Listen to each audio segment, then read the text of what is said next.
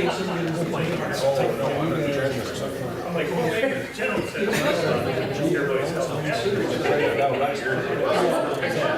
That's like, Trump's territory. All right, so ignore it. Let's start with roll call.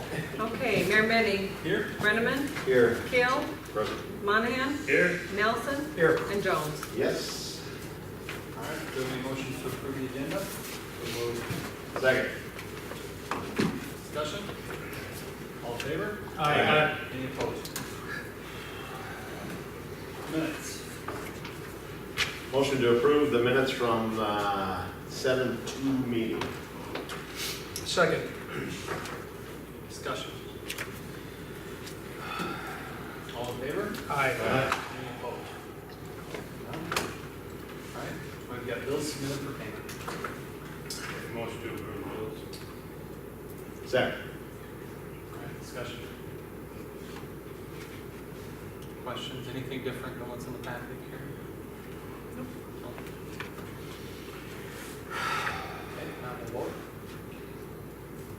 Nelson? Yes. Keel? Monahan? Jones? Yes. Brennan? Yeah.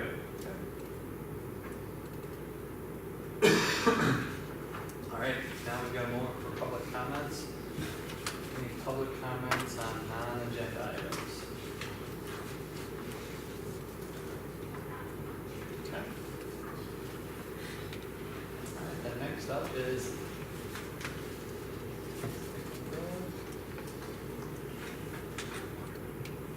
take a look here now. Okay, presentation of resolution 2019-5, recommendations from the planning board. This resolution, it's not a resolution for you to pass. It was actually passed by the Planning and Zoning Board at their last meeting. And basically, it's a resolution drafted by Larry, our attorney, that is a recommendation to the city council for you to approve the city's comp plan when you meet jointly with the county commission at your August 24th meeting. And this is basically just a step in gaining that joint jurisdiction. As you know, the planning and zoning met with them already. Both planning boards approved our comp plan.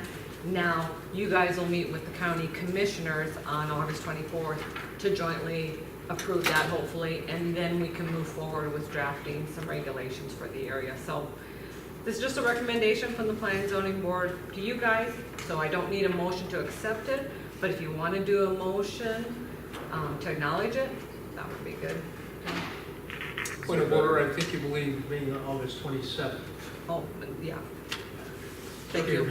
Thank Is there a you. better spot to find that map? I don't know, city website. It's in our comp plan, which is on the city website, yep. A better version of that map. It might be clearer on the website, because this is a scanned one, so, Yep. yep. Yeah, it's the map right out of our comprehensive plan. And that proposed, the growth area follows our street plan for growth. It's the same as our plating jurisdiction, so everything is consistent. We're not trying to set up any new territory or whatnot. All right, do we have a motion to acknowledge the presentation as presented?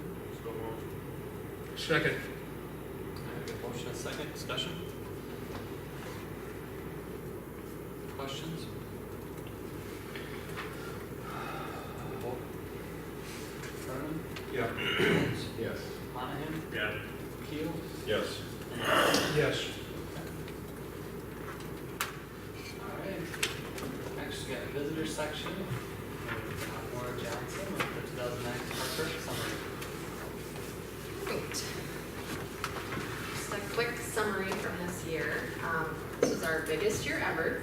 I believe last count we had 162 kids registered for the program, which is, awesome. It's our biggest year we ever had.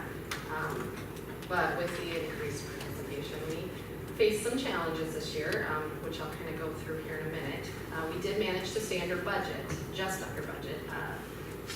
Right now, our supply budget is $1,000, and I had just under 100 left, if all my calculations are right. However, I would have possibly went a little over had we not had one rain day on our party days.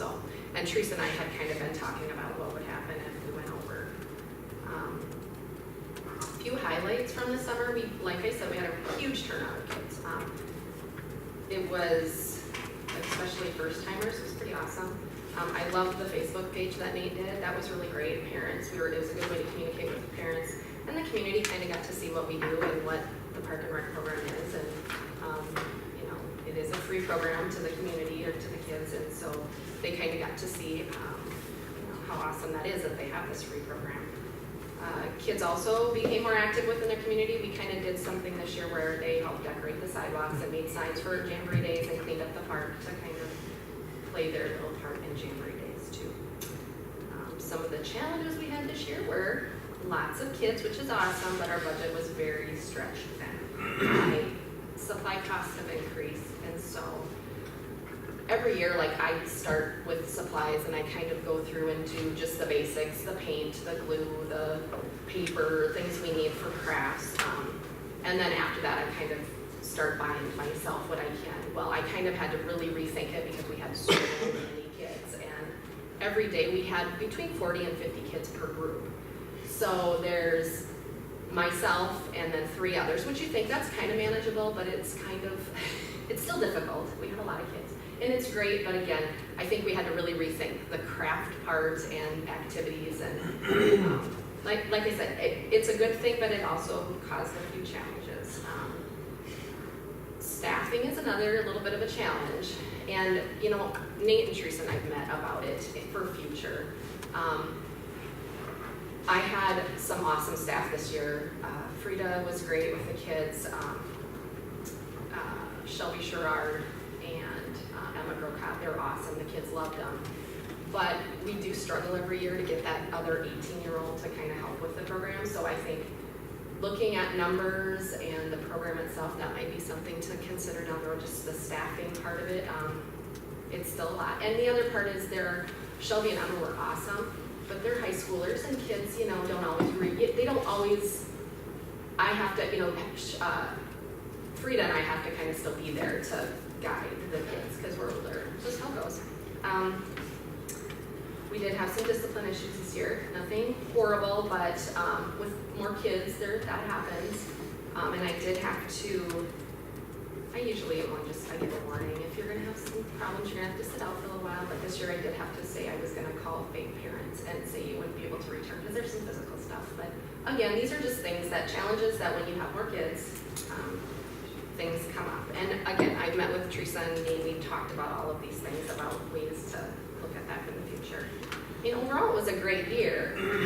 It's just, I do think as the program grows, maybe, like I said, we've talked about this, looking at the future of where you want to go with it, because I do think there's going to really potentially need to be an increase in the budget, as well as looking at staffing or the hours or how it's set up in general. I don't know, but. What are the age ranges right now? And that's another little thing we've talked about. Right now, it's going into kindergarten through 6th, going into 6th grade. Yeah, big difference. And we have the K through 1 is the first group, 2nd and 3rd is the second group, 4th through 6th is the third group. That K through 1 is a very kind of a needy group, but we have kids who are 4 because they might not even have turned 5 yet. So when you have 40 kids who are, half of them aren't even in kindergarten yet, that can be challenging. Some of them, they can use the restroom and stuff themselves, but we'll say, can someone take me? Because, that's scary to go through. So we've talked about looking at that too, maybe changing some age things, and just really wondering if, and like I said, we've talked, and Nate sent out a survey to get some feedback to. I'll have results of that for you in the near future. I just closed that Yeah. on Monday. That might give some good feedback on how to tweak the program. I love the program. I think it's wonderful. I think it's wonderful that it's free. I just think that as it's evolving, and this year was a perfect example of maybe some things have to change. I don't know if that means, I love that it's free, but I don't know that that's always going to be a possibility if it continues to grow and things like that. Right. Just, yeah. So. At certain age range, at that youngest age range, is there any requirement for parent or sibling participation, or? We don't. I will say that the CARE program always provides staff if they bring kids, and if daycares bring, they're always available. So I have not had a problem with that at all. If I've had any issues with kids, I just have them go over and see their staff. But no, we don't usually have families stay. And so I think, like I said, for that group, it's maybe that's part of it. I don't know for the future, but yeah, not at this point. Yeah, but otherwise, it was a good year. I love the program. I think it's just, with the growth creates challenges. So. Will you or Teresa be bringing the budget proposal forward then for this program for 2020? Well, and I think that's something that we'll have to discuss, and we're kind of waiting to, with Nate, to look at maybe the results from that and kind of go from there and see where the The survey May put together and sent out has a lot of questions, what's good about the program, what's not, would people be willing to pay, how much would they pay, I mean, a lot of information, so it'd be good feedback, and I so. mean, we got 53 responses, which I think is pretty good for a group of 162 registered. Yeah, So that'll give us a it's little a fair feedback amount. of what our recommendation would be Sure. at budget time, so. So what do you feel was the, talking about Facebook and whatnot, the primary reason for the growth? Just word of mouth after the I years? think the Facebook, getting it out there so much was huge. I used to say that we get a lot of Cure kids, but now we get way more than that. Like, I know Cure was gone one day, and I thought, wow, it's gonna be quiet now. We just, which is awesome. We just get a ton of kids from the community that come. And the problem is that I think some daycares, like smaller, are a little hesitant to bring their kids because of the large numbers, and Cure does come and bring a lot of kids, so I think we would get more, in all honesty. It's just, but I do think the Facebook page was huge, getting that out there more, really promoting it. Okay, thank you. One other thing I was gonna note too was, a challenge is always trying to find a good spot that we don't tear up the grass, because we try to keep it good, especially for Jamboree days. And in front of that stage is where we do a lot of our stuff. And the reason we do stuff there is because that closet inside the amphitheater holds all of our supplies. And so it's, instead of having to cart it all over, it's just easy to have it right there. This year we tried really hard, because it was such a wet year, to stay off of that in the front area when it was around Jamboree days. But it's still, and I know the mowers were getting it all, because you just couldn't help it. It was so wet. So it's been, what else could we do? I have no idea if there's a better option, but it's hard when all the supplies that they use for games are in there, because we have to cart them somewhere constantly. But I know that's an issue. It's hard. We've just tried to stay away from it during Jamboree days and the week before to try to keep it. Just, so. Thank you. Thank you. Thank you very much for doing that. Any other questions?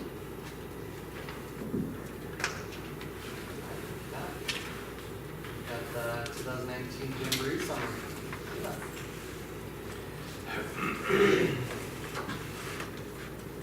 As promised in June, I'm back. You guys will be sick and tired of seeing me, because you're gonna see me next month too. Just a quick summary. I also can believe you guys all have it as well, but Little Miss Hartford was pretty consistent with past years. Colleen Cooley was our winner, and I don't know if you guys seen some of her pictures, but she was out and about at all the businesses with her crown taking pictures. She was having a lot of fun with it. Movie night was also pretty consistent with previous years. They played Ralph Breaks the Internet. And Danny wasn't sure if they quite had attendance, because they had some that came and some that left, and they kind of have an influx of numbers throughout the night as people are going about doing their things. The carnival, the ticket sales were a little bit lower. However, they did still say it was a really good success. I believe it was about, 3,000 under what they, We or 3,000 above. we said what last year $3,000 was. more than last year, but under what we projected for this year. Yeah. So still typically higher, but not what we needed. Yep. There was a few concerns I know in regards to the riding event, but I know the chamber's addressing that with the carnival to resolve it for next year if they need to do it again. Car show was amazing. We had great weather, perfect night. We had record attendance that night for registered. Number 144 that were registered, and that was the record number. But we had several people come in after 6 o'clock, so they still got a tag, but they weren't necessarily registered because we'd already sent judges out with forms. So they really didn't have a way to way to judge them. So that number's actually higher for attendance, but that was what was registered. The burnout, we had the most we'd ever done as well. Having a band there as well kind of helped bring in, I think, more people, because I think the most we had in the past was 12. We did 18 this year. We also kind of looked at, the timing of it, kind of took it down and made sure it wasn't quite as long of burnouts as well. But the Friday night entertainment, we had a ton of compliments on the band. We did bring a little bit bigger name from Minneapolis band this year to hopefully get people to know that there is a band afterwards to kind of keep them in the park. We had approximately 100, just over 100 people that stayed in the park until we were done with everything, and we're kind of telling people it was over and go home or go to your party, wherever you wanted to move it to. Our vendor numbers were pretty consistent with our prior years as well. We did have some comments that were said to us along the way. I also tried to make it a point this year that I got out and talked to a few vendors, having a few more volunteers kind of helped me get out and kind of make sure to thank people for being there and also kind of chat with them. By doing that, I had a lot of vendors compliment our event, say it's one of the best organized and well-run event that they've had in the smaller towns. I know Harrisburg, we got compared to Harrisburg a few times, and I guess that was kind of not so organized by some vendors' opinions, but it was a huge compliment for us. I know the guy from Watertown, it was his first year here. He sold out one night, he came back the next day, he sold out during the day, he was at the dance, and he said, I can't wait until I come back next year. He goes, I'm already got you on my calendar. So he was super excited to be here. The 5K, we raised $810, and that funds for the 5K actually goes to the Hartford Optimist Club. So that was put back. They had approximately just over 60. We don't do an actual number count on that, but just kind of based off of amount, and that we had roughly just over 60 people in attendance. Our parade, we had 52 entries. However, fire trucks do not get counted as a number. So if anybody seen the parade, we had a lot of fire trucks. So that number of 52 is pretty low considering how many fire trucks and fire groups we had. And the community came out. I mean, there's people everywhere for watching it. Our stage entertainment, West Central Band did an awesome job. The funds that we paid them to perform helped them on their trip to Boston. So don't know if anybody knew that, but they had a fun time. I know a couple people in it. Phil Baker had the kids walking through the whole park. It was pretty cool to watch. So we've actually already talked through the committee that we might look at getting him again next year, since he did such a good job of keeping the kids entertained. And then the Blue Sky Music, they kind of wrapped up the night with the entertainment, just some kind of music to kind of wrap up the stage piece of it. The talent show we did cancel. We only had one person registered, so we'll have to look next year. What else can we do for like a final act, or do we just do music longer? With our community supper, the Color Guard hosted it, and Big J's provided the food. I believe the plate count was right around 150. For our street dance, we sold 550 wristbands, which is actually quite a bit down from last year. However, we did have rain right at the very beginning, so I think that kind of deterred it a little bit. However, we did have still a really good turnout after the rain kind of cleared up and the music got going again. We did have quite a bit of compliments on Brandon Jones, and again, the committee has gone ahead and discussed it to have a conversation with Brandon Jones and have him back. He does have quite a good following. And he puts on a pretty good entertainment. For him to actually do the work that he did to make sure to get his music up and running after it got soaked that said a lot. He thanked our committee because, I mean, it was like bright neon yellow under the tent. So we're holding the tarps up. So again, the food trucks were complimenting us and how good of a turnout we had. Our tractor pull, we had approximately 72 hooks, which was very good. Also, the crowd itself, there was a good crowd pretty much all day long, and the weather couldn't have actually been more perfect for that as well. I mean, it was pretty decent. And then for beer sales revenue, the numbers that we have here do not include the cost of the beer yet, because we didn't have all of the finals on that, because I know we had gotten some extra, because we did run out on a couple flavors on Friday night, believe it or not. So we had to get more on Saturday, but then we had some returned, and then we also have the trailer. So these numbers don't include any cost, but the wristband sales were $27.50. The total beer sales was $11,558.25. 25 cents was somebody found a quarter on the ground and handed it to us to put in things. So we got an odd number there. Beer sales tips was $13.40.50, and then the final thing that wrapped it up were the softball tournament. I know they said the numbers were down from last year, but they said that they still had a pretty decent turnout, and we're still pretty happy about it. So, that is a summary as a whole. Any questions that you have for our committee, anything that you'd like me to bring to them or say to them? We'll start meeting as an actual 2020 committee probably in that October timeframe. We'll meet next week though for budget information, so. Does your committee think that the location for the burnout contest is too small? I know the logistics of it is being discussed, we just don't know where you could move it. Yeah, I don't know either, but 18, It was crowded. it was crazy. We're trying to maybe get more bleachers, that'll help some more too. But it's just, I think it's just too congested with the cars. Yeah, it's getting overwhelming. So, because you bring them on the north, and you stack as many as you can on the north, and then they do a burnout, and then they automatically turn around and get lined up facing north again. It's like Yeah, and then it gets dark, it and then it does. gets smoky, and then it really, then a car catches on fire. I don't know, I think we just need more room, because it's not gonna get smaller, it's just gonna keep getting bigger. Yeah, we've talked that we have to still limit the number, how many we can let go through, just because of the fact that it does get dark and it does get late. So I know that is, but yeah, that was one of the things the committee has already kind of set in our own wrap up, is that we need to look at the logistics on a few things for the burnout was one of them that was going on. And I don't know how you do it. Maybe it's just that you do a burnout, then you get your vehicle out of there, period.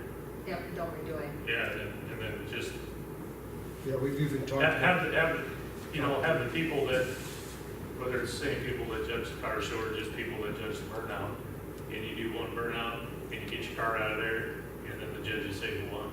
Yep.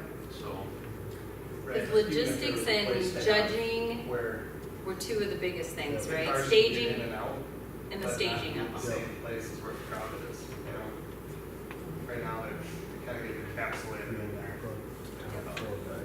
we got 18 cars, and then you got 500 people standing around, and then it gets so smoky you can't see. I mean, it's a good time, but the guy blows his tire, pulls around, and he parks behind the car that's on fire. You're like, hey, this is perfect. This is perfect. Since we're talking logistics, has there ever been any discussion about if the tractor pull were to move somewhere else, away from that spot on railroad? Has there been any discussion about another location for that? Not really. I've never heard any complaints over there. And that's really the only, unless a farmer to have some land or something somewhere we can go in those areas. And as far as some of them come from out of town with some of the bigger rigs, because they can bring in semis. Sure. So it's an easy part for them and an easy way to get in. But I know Jason, this was his first year, kind of taking it over from the previous people that had done it. I know he had some good ideas and wants to try to implement. Sure. Yeah, think about that land and its use, and it gets used one day a year for a tractor pull. Is there a better use for that, but without limiting that event to, Right. so. I think the only thing I'd bring up is, I would challenge the group to say, hey, you know what, I think with street dances and some of those kind of things too, you've done a really nice job of making sure you don't get bands that cause problems and are hard to deal with and some of those things.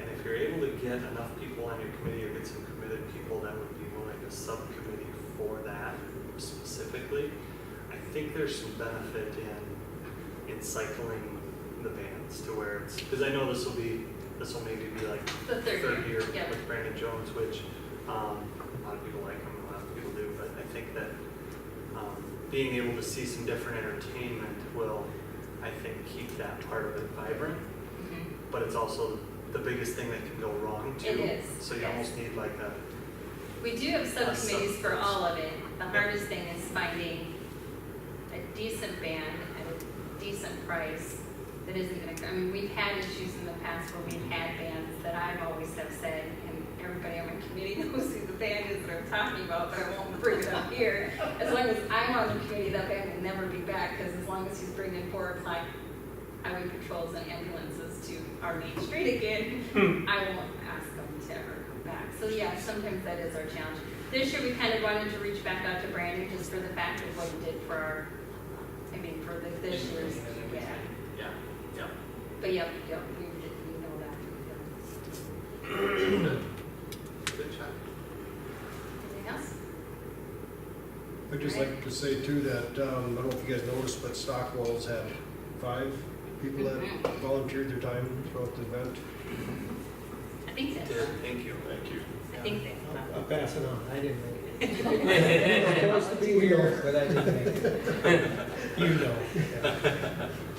They were there, they were having I'll pass fun, it on. and we do appreciate it because it did help us on Good. Friday night especially. It's fun. Right, I'll make another promise, I'll probably see you in a month. Thank you very much. Good job, Leah. Alright. Next item up, Brian's not here tonight, so we'll move on to our recreational director report with me. All right. I'll let you take it. Yeah, so first of all, just the report itself. Does anybody have any questions on that? I don't really have much to add there. And then we can get to the action items. Okay, if not, we can move right into the comment proposal. First, I just kind of make some opening points quick, and then kind of open it up for discussion. Any public comments, if people would like to say anything, would be valued as well. So, anyways, good evening. Thanks for having me, giving me the opportunity to work on this proposal and put in some extra time to kind of dig in and see what we can make this be. I really appreciate that. I think for the most part, kind of all the information I put together in the packet kind of speaks for itself. But just a few points before we get into kind of questions and debate. I guess I would say these programs are really invaluable in the community. And I think we have a great opportunity to be the people who provide them as local, affordable, and fun opportunities for the community in the youth of our area specifically. Though we're taking on the programs that were selected from the school, or hoping to from the school, I'd like to point out that we still have the freedom to run things how we would like to, so we don't need to be bogged down necessarily, by how the school has done things in the past. In the proposal, you'll notice a few tweaks here and there. I try not to, mess with things that worked as far as what we planned, but there were a few adjustments I made, and there may be some others going forward. I want to emphasize that, in my opinion, these are recreational programs, and these are what in my eye, we should try to offer programs similar to these or these themselves to the community. And this doesn't change the focus of my position, in my opinion, as recreation director. I still have plans for the future. I still have plans for outdoor outdoor activities and programs as well here. But this gives us kind of a foot in the door with the school, a facility use agreement, and gives us that opportunity to get directly to the kids in the school with that partnership with the school, which is our primary demographic we're going for, is the youth of our community. I think it really, by taking on these programs, it can set us up for future success with other programs. I put a lot of time and effort into preparing this proposal, this proposal, and planning, for the hopeful adoption of these programs. So I just hope you'll consider that. And at this time, I'm open to any questions, or we can go to public input if anybody wants to say anything as well. Any questions for Nate on this proposal in the packet? Okay, were all of these activities offered last year, ranging from dance to everything that you have itemized? Yes, they were all offered last year. Strategic games and strategic games and what was the other one? And PIO were the two programs we're planning on getting rid of. I talked with Sarah about it. The reasoning for that is they had low turnout, and it just seemed, and the professor or the instructors also haven't really contacted her about moving forward with either of those. So it didn't seem too challenging to let them go. And it seemed like, you know, we're happy to, you know, seek future input on similar activities, but that it wouldn't be super detrimental to let those go. The other 4 programs we've stuck with seem to perform pretty well, and they were all offered last year. The basketball is just in the fall, the basketball programs, but the rest, the other 3 are offered in the spring as well.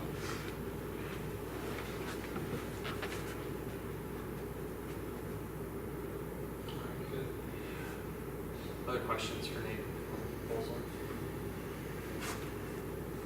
Just a comment that, you know, acknowledge the fact that this is very well put together, very detailed. So I appreciate that. Thank you, I appreciate that. information.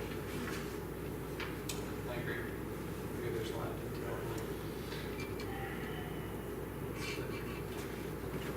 Good, all right. Public comment. Any public comment on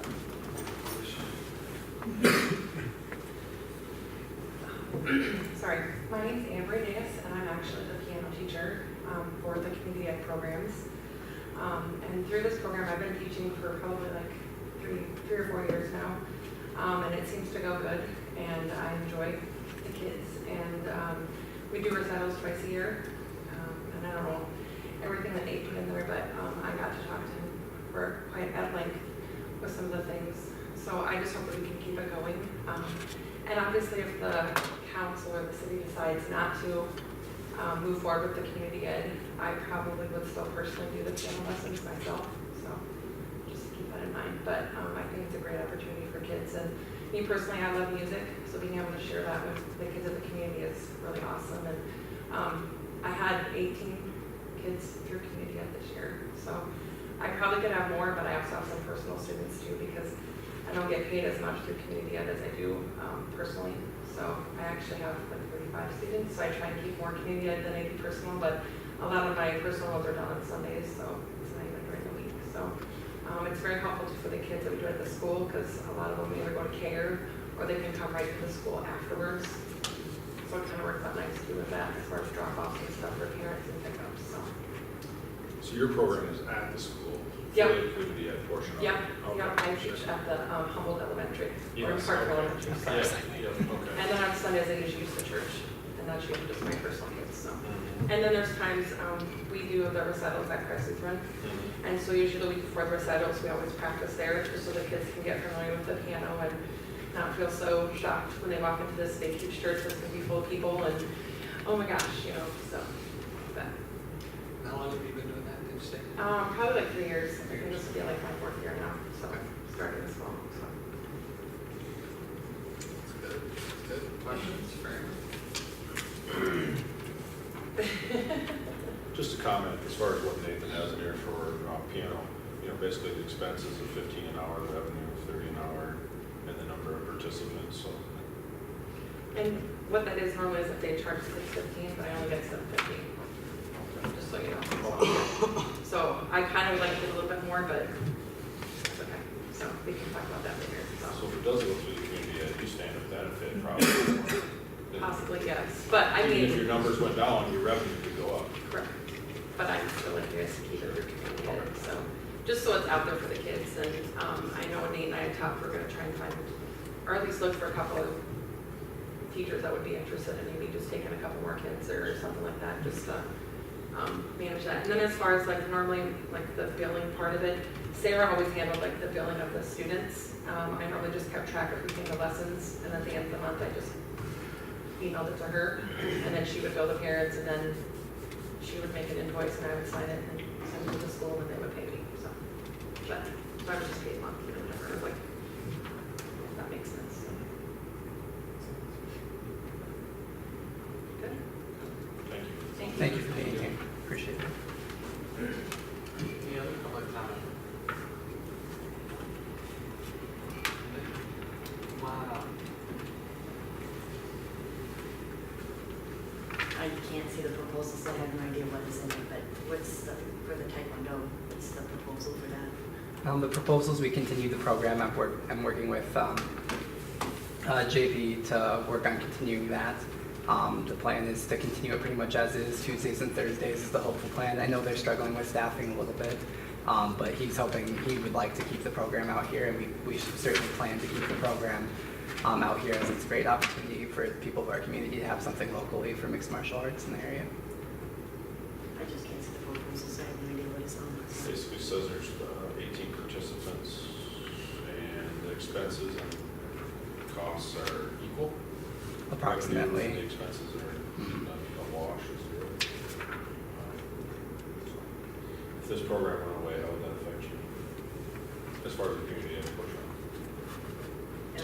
With the fact that I'm in town and have too many activities that I have to do here in town, trying to drive to Sioux Falls isn't really an option. My oldest is a black belt, I'm a black belt. Number 2 is junior black belt, I'm going to black belt.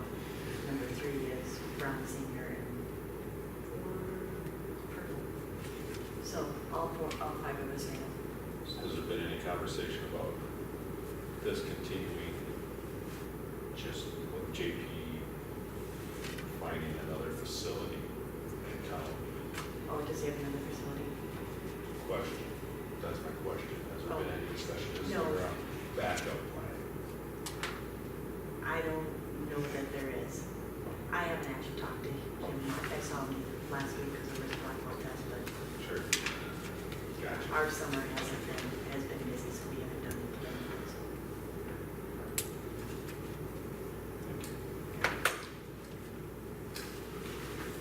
But I'm confused. If we say that we don't want to take this on, I don't think the school can stop this, are they? Our indication from the school has been, at least what I've heard, is that, no, their intention would be to go and all of that. Their proposal this year was to have us take it over. Right. Sarah's resignation from it. Right. But I gathered from Brad that he was not, that they were not intending to walk away from it. Correct. Even if we said that this was not the right time for us to take this on, correct? That's what I gathered. That's why. What I gathered is they'd make it work probably, but I just think, it's a good opportunity for us. Basically, that's all I want to put out. Is that what you heard as well, Teresa? Yes, so that's what I gathered too, that if we don't take it over, they'll probably continue it, but they would rather the city take it under our umbrella. Sewer problems.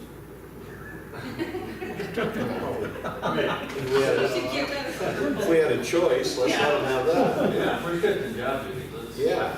Give them the sewer. All right, do we have any further comment or discussion or questions on?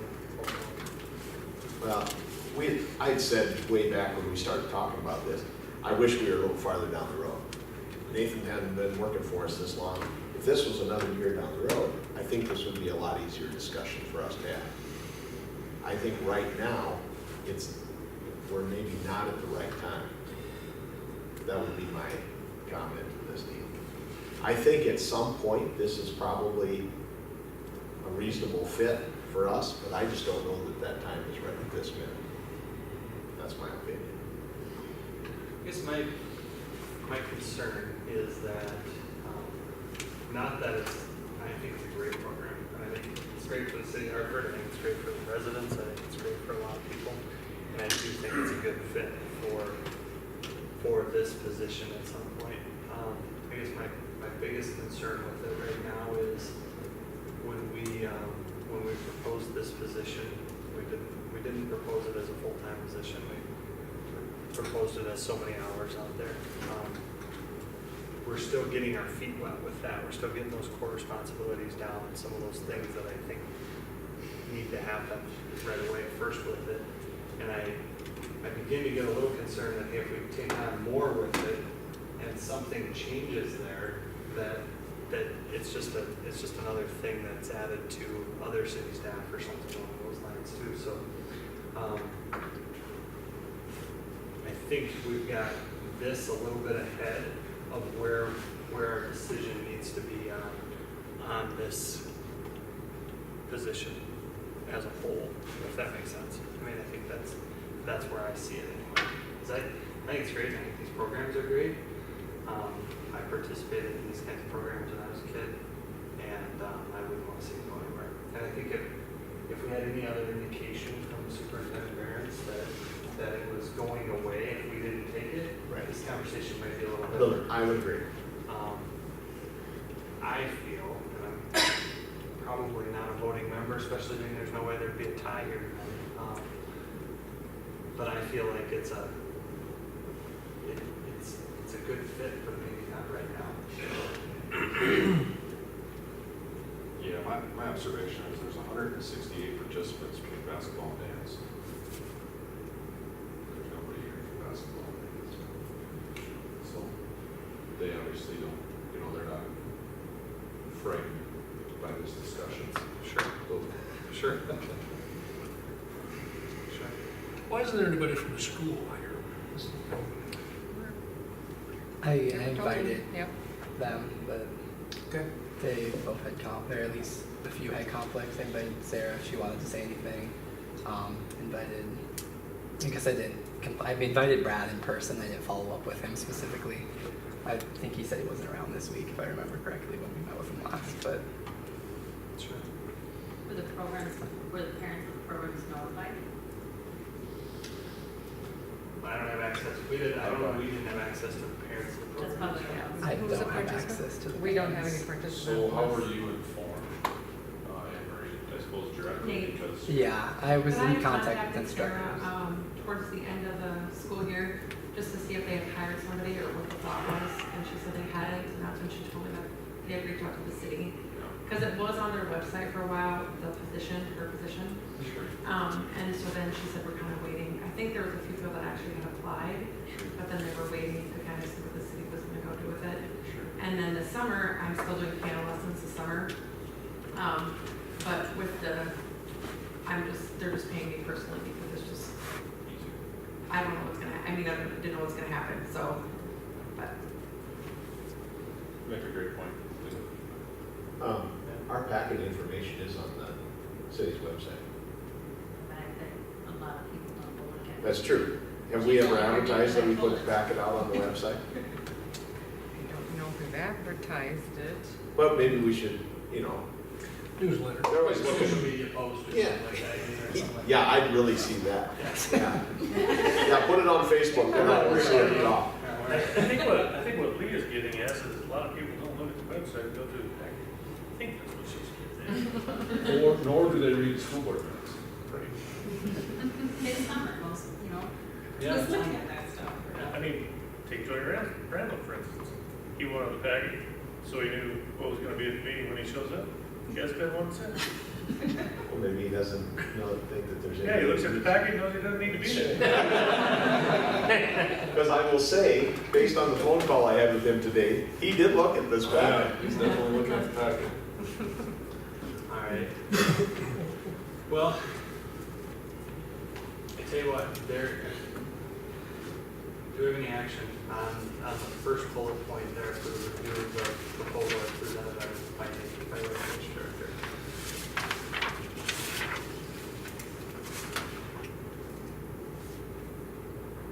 Okay, maybe not. Nate, I think you did a really nice job putting this together. And I think that,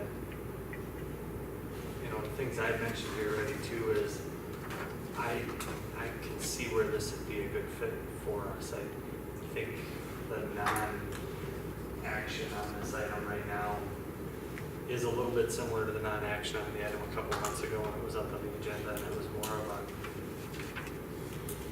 this is attractive to us maybe, but not right now. It might be a little early, but we want to make sure we get everything situated with the core pieces of that piece. So don't be discouraged by that. That is part of how these things go sometimes. So, yeah. I'd say we're in the discovery stage Yeah. of all of our options on this. Because I hate to see a lot of this detail go away. This detail and the proposal that the next thing on the agenda, which is the community education agreement between the city of Hartford and West Central School District. That's a valuable piece that they put together to draw up that agreement there. And I think when the timing's right, this council's ready to move forward at some point, we've got a package on the shelf. We're ready to be able to take some of those things over. So. All right.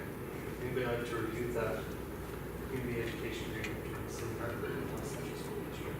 Any questions on that?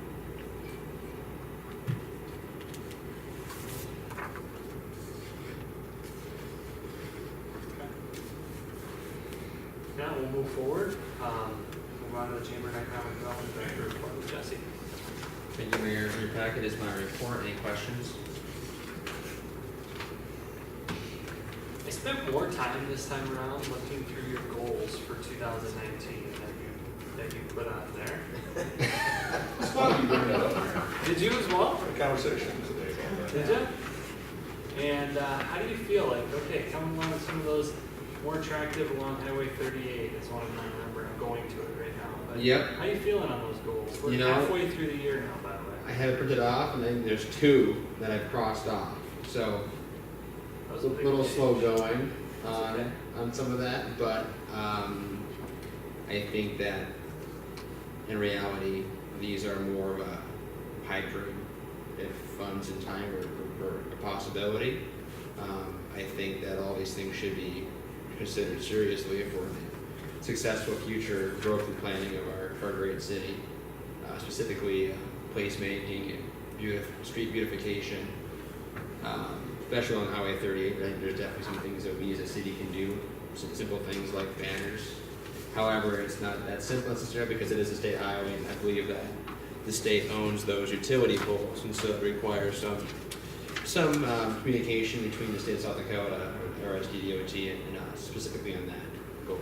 Now, I think a bike path connecting the community to our business district, I think, would be a very strong move for community development and economic development. Encouraging healthy communities through biking and walking is important for the overall health of your citizens, as well as for the business community that would benefit from folks staying in town for the recreation, such as biking and walking, specifically when it is tied to your business district along Highway 38, where most of the shopping happens in town. Can I give this body and you and everyone else present a little scenario about light poles on state highways? I've done it as an electrician as well. Highway 9. He just got excited. Westbound, eastbound, you're going into the Iowa Great Lakes area. Beautiful decorative light poles. The city of Spirit Lake spent a lot of money, had somebody put those in about 8 years ago. And now they're all gone because they're all defective, rusting out. Wow. Nearly ready to tip over. Yes. So when you throw good money after bad, or bad money after good, you want to look at it. Careful what you wish for. But Just that put was wooden a- poles up, and then you won't have a rusting issue. Yeah. That's very attractive. Very durable. I think so. Absolutely. Especially in Or two or horse and buggy. Yeah. So, no, the one thing on here, just to plant the seed with this group, when we had our resident in here a week or a couple meetings ago or a meeting ago, talking about some property along Highway 38, the concern for pest weed control and mowing concerns. Your comment. Let's see, where did that go? I would just make Highway 38 a more attractive district through our community. The thought that kind of came to my mind at that time was, could the city purchase that land, maybe make some public gardens out of that, and a bigger, better community information board. So that'd be directly south of the DG. So just plant that seed, trying to help Jesse check some boxes. I don't think DOT will let anything go. Budget time's coming. What's that? Well, there has to be some, that's privately held, and as long as you're out of the right of way. As long as you're on the right of way. Yeah. So, I've looked at it several times. I think there's some opportunity there. Budget time is near. Which property is this? Assam's off Oh, 38. okay. There's something else I'd like to put up there. I'd like to move that welcome sign up there too. Yeah. Because where it's at right now, it settles away. We've already fixed it twice. Exactly. Just settle. So I've got that in my notes here to, I think I'm moving that up. That's a good Would you want to put one, and this is maybe a different conversation for a different time, but maybe putting one when town starts in the Assam development as well? That's where I want to move. Oh, okay, we're talking about more on, this is more on the, across from, This is in the middle that of town. Assam land. Oh, that chunk. The parcel where we wanted to declare dandelions noxious weeds. That Yeah. parcel. Because it's not really buildable. It's, Right, exactly. there's no water, no sewer, really not even a good access point. Alright, I got a question, Jesse, just real quick. Start annexation conversation with leadership before they proceed further with road improvements in the Broward district. Why would you wanna talk to them when the roads are bad instead of talking to them when the roads are good? Because in theory, there's been all these money on improvements that might not be to our standards, and so we are going to, in 20 years, annex a property. It's not gonna be up to city standards, and so to save them money and to increase the quality of the roads going in there, better do the process now versus in 20 years when things are still not up to city standards. But In my mind, But if we annex them, yeah, then that'd be within the city limits. that's annexation. So then if we did a forced resolution of necessity, right now, the dollar per foot is set at how much? 100, the assessment. 100. And I'm guessing in that development, the city would lose probably a minimum of $100 a foot, plus Yep. the intersections, plus the corners. So that looks like a really quick way to annex that and lose Yeah. a lot of money. You gotta think long-term, Mark, where annexing the land in today, making improvements on it today, but also increase its assessed value. And so creating an industrial park overnight would create a large chunk of assessed value to our city's assessments, thus lowering the taxes for the taxpayers, as well as bringing in more sales tax for the goods that are delivered out there. And so you might have a big expense today, but in year 2 through infinity, we would have a huge amount of revenue coming in from increased property tax and sales tax. You have to be able to pay for that investment though. Is there a way to do a property tax study? Basically to go out and figure out what the property value is out there and what the property tax Good. impact Yeah. would be over, said 20 Right years, on for the county instance. records. You go through each parcel through the county records and write down the assessed value and then put it all together in one chunk. I'd love to see that. That'd be one way to do it. So I think that'd be an interesting way to figure out I'd like to see the how does road, that water, advertise sewer, well, and, you know? You gotta remember the tax formula though too. Yep. The more assessed value you get is great, it lowers people taxes, but we can only claim Right. so much, Lowers their mill levy. 3% for our Right. mill Yeah, levy. your So it doesn't taxes give are- us actual dollars, Or- it just lowers our mill levy. So Yeah. And so I you think when you bring in a big chunk of land, we'll bring in a lot of taxes, but we can only go that growth rate and that CPI, and that's the max we can Sure. claim for revenue, so. but it'd take you a lifetime. I mean, over time. Hey, city's more than one lifetime. Yeah, I mean, over time, you You're get right. something, but. So it would have been a smart move for us to do this 20 years ago when this thing was first starting, because the average person, that's Hartford. And so it hurts our brain to have that out there the way it is and with us not doing anything about it.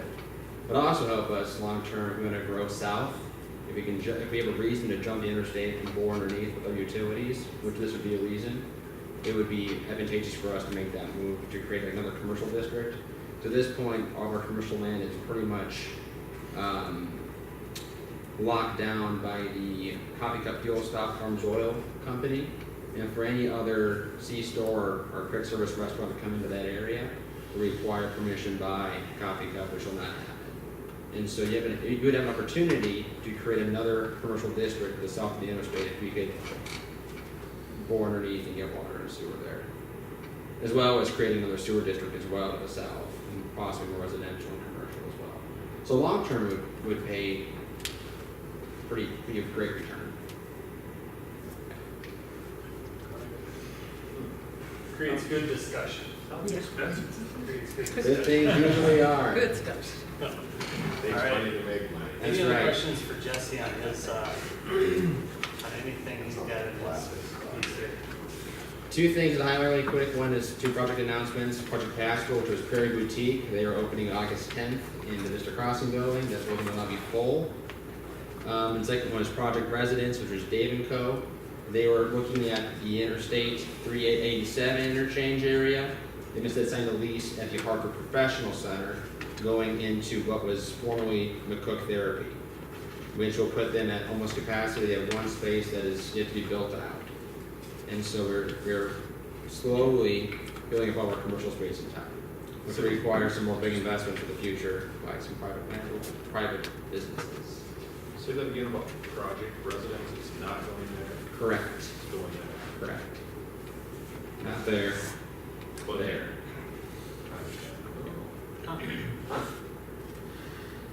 So interesting. Thank you. Thank you. You have an action item. Yeah. Yes, I do. So I was elected to the board of directors for the Mid-America Chamber Executives this past year, and we do quarterly board meetings that are generally online or through conference calls. They do one in-person board meeting, normally in fall, and so this year's taking place at Arnold's Park, and requesting reimbursement for hotel expenses to attend that board meeting and planning retreat. Motion to approve, Jesse to attend the MACE Board of Directors Retreat, November 6th and 7th with reimbursement. Second. All right, got a motion and a second. Discussion? Make sure you look at all those light pole bases that are just. Yeah. Take some pictures. Light pole bases, Bases. So the bases are rusted out? the poles. Poles too. Just the base though. That's the base. Good pictures. Very attractive. Gotcha. All right, we'll vote. Keel? Yes. Nelson? Yes. Yes. Jones? Yes. Monahan? All right, Thank you. thank you, Jesse. Got the engineers report. John? Thank you, Mayor and City Council. Glad to be here. I don't get to be here that often. Mitch, for some reason, wanted to go on vacation this week. So I got to attend. I really appreciate it. Running through the projects today a little bit, and then talking to Mitch last week. The Vandermark Avenue project, we've had some challenges with the subgrade and the rain that we've had. We've had that pretty much, obviously this whole spring and summer. But Vandermark is progressing a little bit with from the south end. We got curb and gutter, the approaches are going in, the sidewalk is going in. Our base is in from basically 9th Street south to 38. We're nearly done with all the utilities. We've got some storm sewer to complete yet at the intersection of 9th Street going to the north. Just past the gas line, there's been some private utility adjustments that have been taking place in that area. We've run into some other issues out there as well, some conflicts that we could probably come back to, the action items if you would like. There's a couple change orders and a pay request. But slow progress due to the rain and due to the weather that we've had, and pretty much the same throughout this Midwest, if you will. Mickelson Road project, slow progress there. The key item there, the controlling item, is trying to get the subgrade dried out a little bit.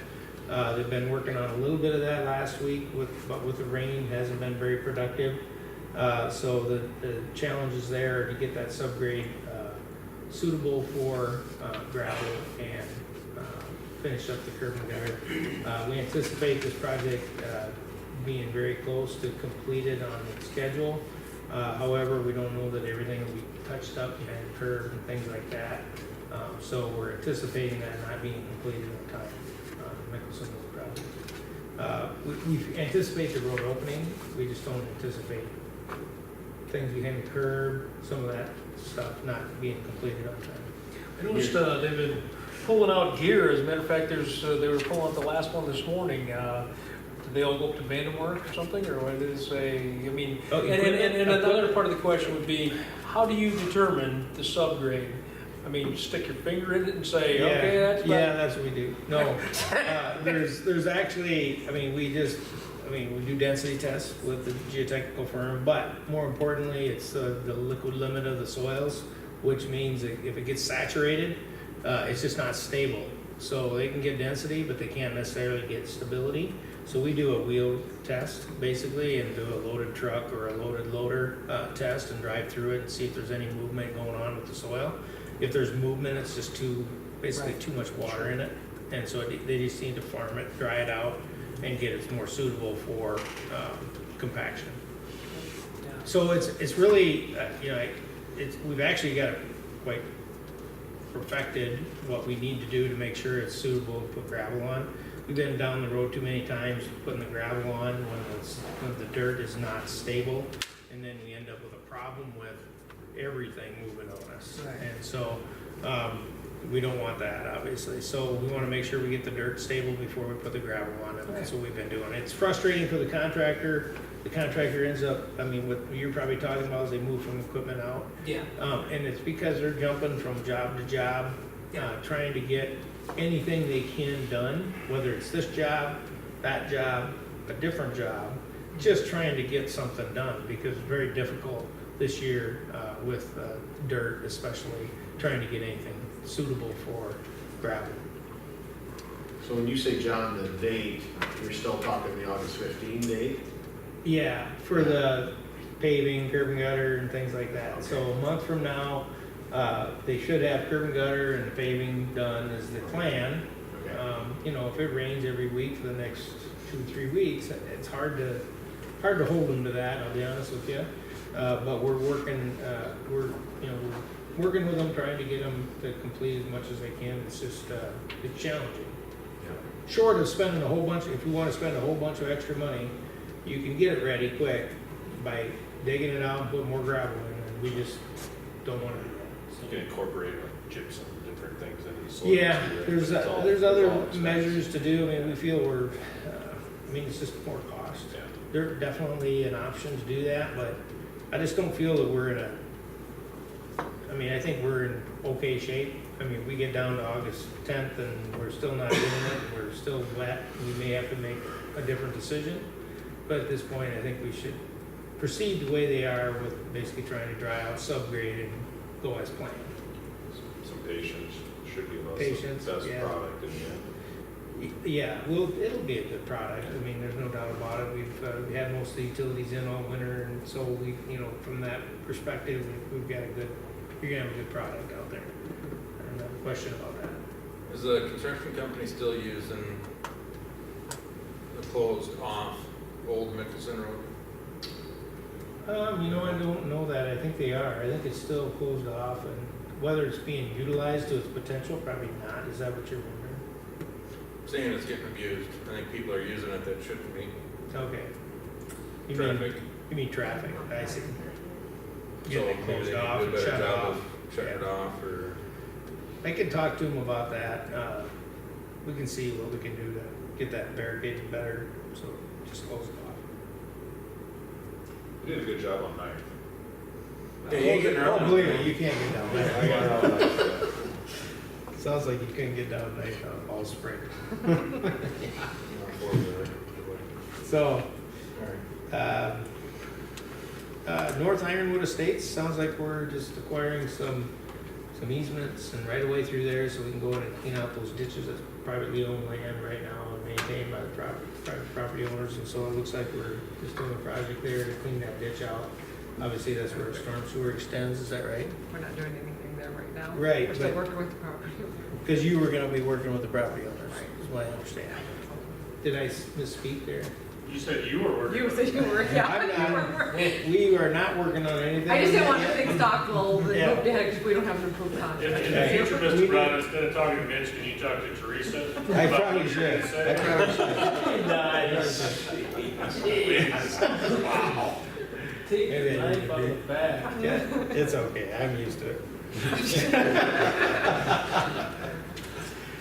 The industrial park road, my understanding is the easements have been prepared and are gonna be sent out to the property owners there. Once that's secured, then we'll go ahead and progress with some design on that sewer line. Swanson Park grading project, finished up. It's not completely finished. They've got the ditches to basically complete yet.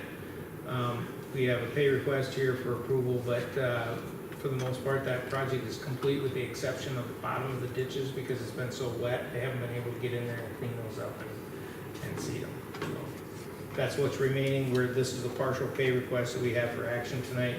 But there is gonna be a follow-up pay request for some additional work yet that it just hasn't been able to get done. I've been out there a while. Do we actually have grass peeking out of the ground? You know, I didn't drive out there today. My understanding is it had good catch this spring. My understanding it did. Yeah, there's some substantial grass. It kind of looks Yeah. weedy right now because it's long. My understanding, but we had it's a good coming up. catch this spring. Yeah. Okay. But I haven't been out there myself to look at it, Yeah, so I I get it. don't know all that. It was almost summer before that got seeded. Sure. Yeah, too. Yeah. We should get that done in the fall. Nice. All right. Wastewater, I got a couple more. Wastewater treatment facility, real quick update on that.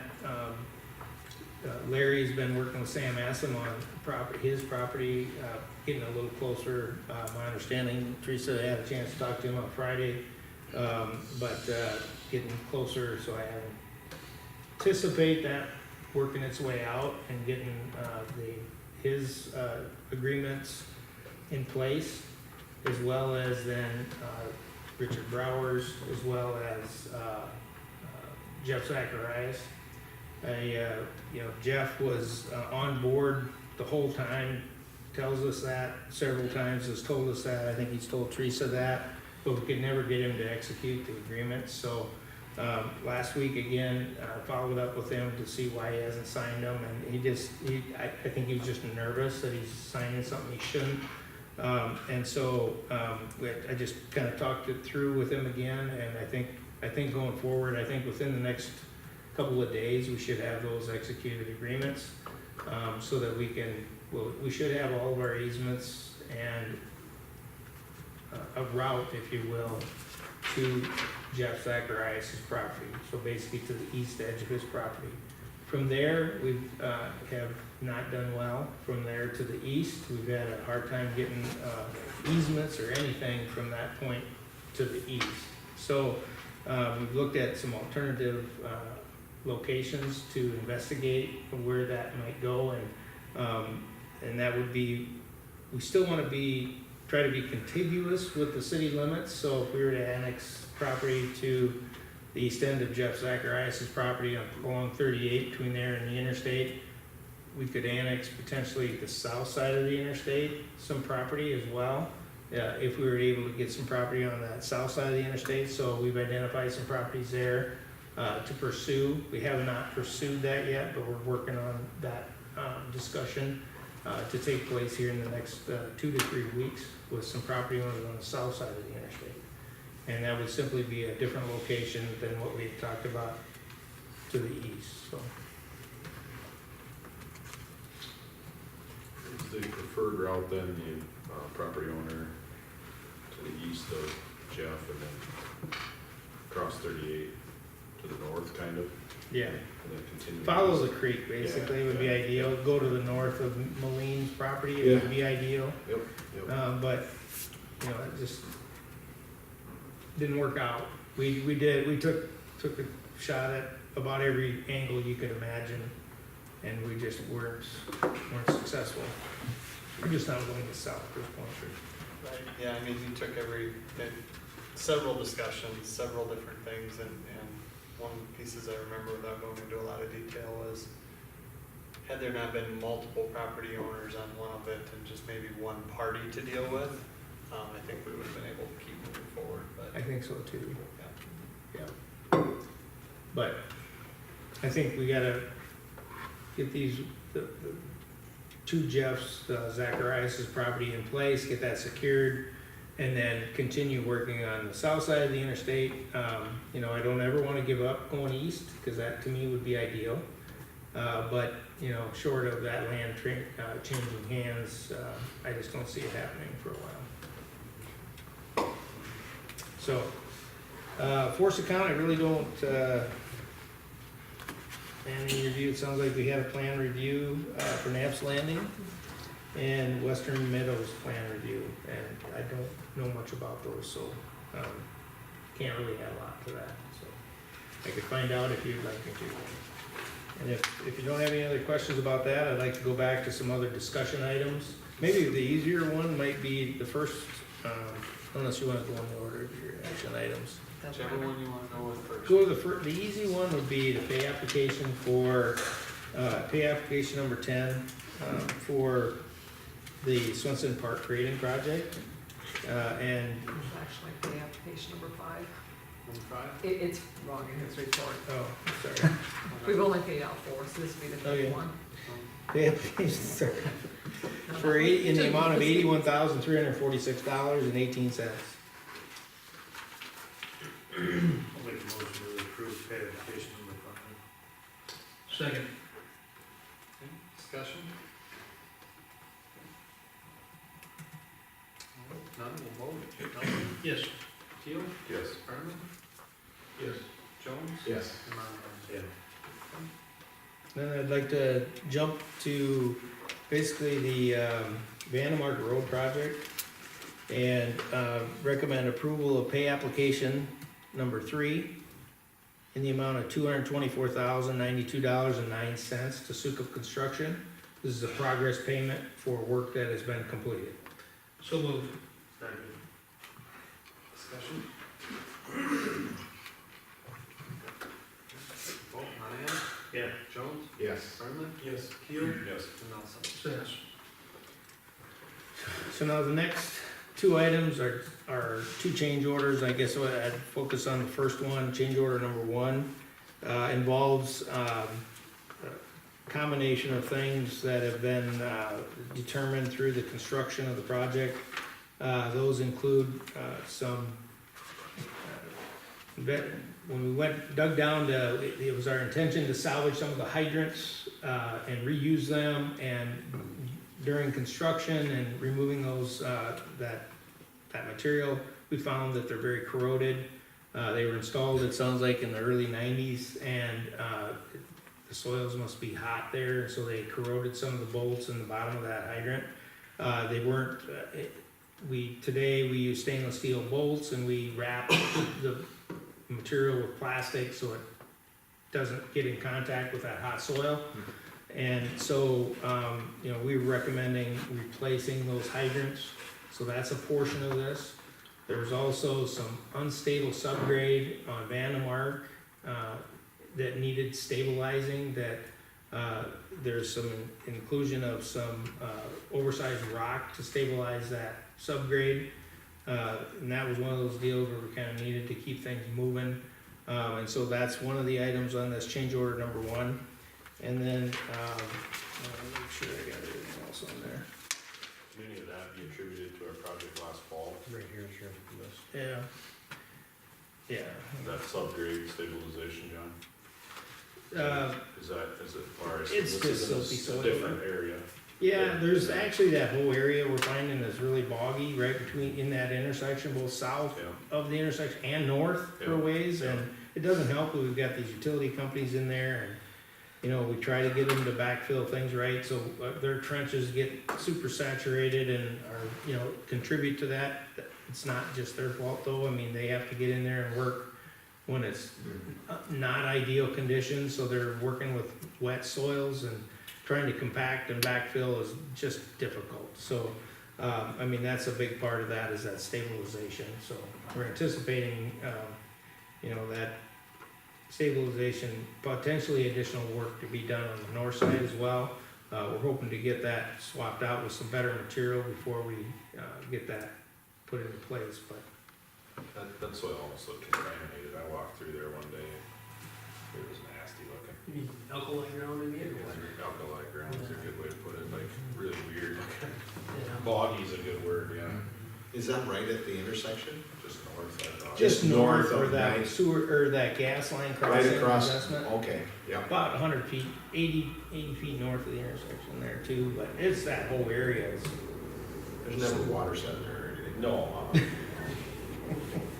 Jar and popcorn for it. Yeah, But but this is something that, this change order number 1 is, we feel is necessary, and recommend approval of this. It's been an item that's been discussed with the contractors, negotiated these prices, And then visited with, my understanding Mitch visited with Teresa and Craig quite a bit about it. And so we recommend approval of this change order, for execution. I move to approve change order number 1. I'll second that. Alright, discussion. Oh, you didn't touch, John, storm sewer additional catch basin? What that is there's one of the stub outs that was proposed to hook up to a drain tile in the golf course. My understanding is rather than hooking up to a drain tile there, sounds like it's not there. We're gonna extend a larger storm sewer pipe to the north and put a drop inlet structure there instead of the, I guess, just a small 6-inch pipe stub out.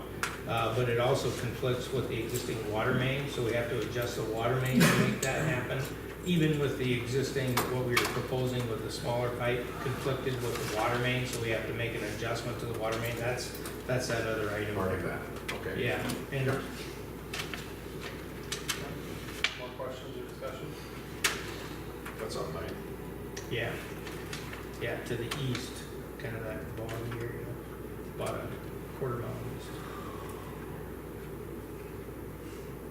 That'll go under 9th with an inlet on the north side of 9th, that's what you're saying? Yeah, it'll actually be just on the north right-of-way line of 9th Street. You guys have to have construction documents, right, for a change order? We have to have a what? Construction documents, like, Yes. you're not just gonna tell them, can we We get actually- those? We don't just tell them to do it. Right, just put that in, will you? No. You guys actually spend some time We engineering actually, that, right? if you look at the supporting documentation, we do an RFP that Yep. explains the Yep. work pretty Yep. thoroughly. Yep. And then when we actually install it, we'll have to stake it, so we actually have to put a grade to it and an elevation to it, and that'll show up on the as-bills. It's not like your change order doesn't include drawings. To a degree they do, not necessarily a complete set of drawings. Oh, there it is. Never mind, I finally scrolled. Yeah, I mean, Go for it. these wouldn't be as detailed as you normally Kept rolling would be, but around. they're I enough thought to I get saw it the, there. they're enough to get the job done, Yeah. and then in the as-bills they'll show up. Fair enough. Okay, that's what I was looking for. Okay. Finally figured. Alright. Any other questions or discussion? Brendan? Yep. Jones? Monahan? Yeah. Nelson? Yes. Yes. Got one more. And then, change order number 2, was requested to investigate, rebuilding 9th Street, to improve the grade, basically the road section of that rural section. And so this RFP was developed to, request the contractor what it would cost to, regrade and rebuild all of 9th Street. We're doing about half of it as part of our project because of the storm sewer impact.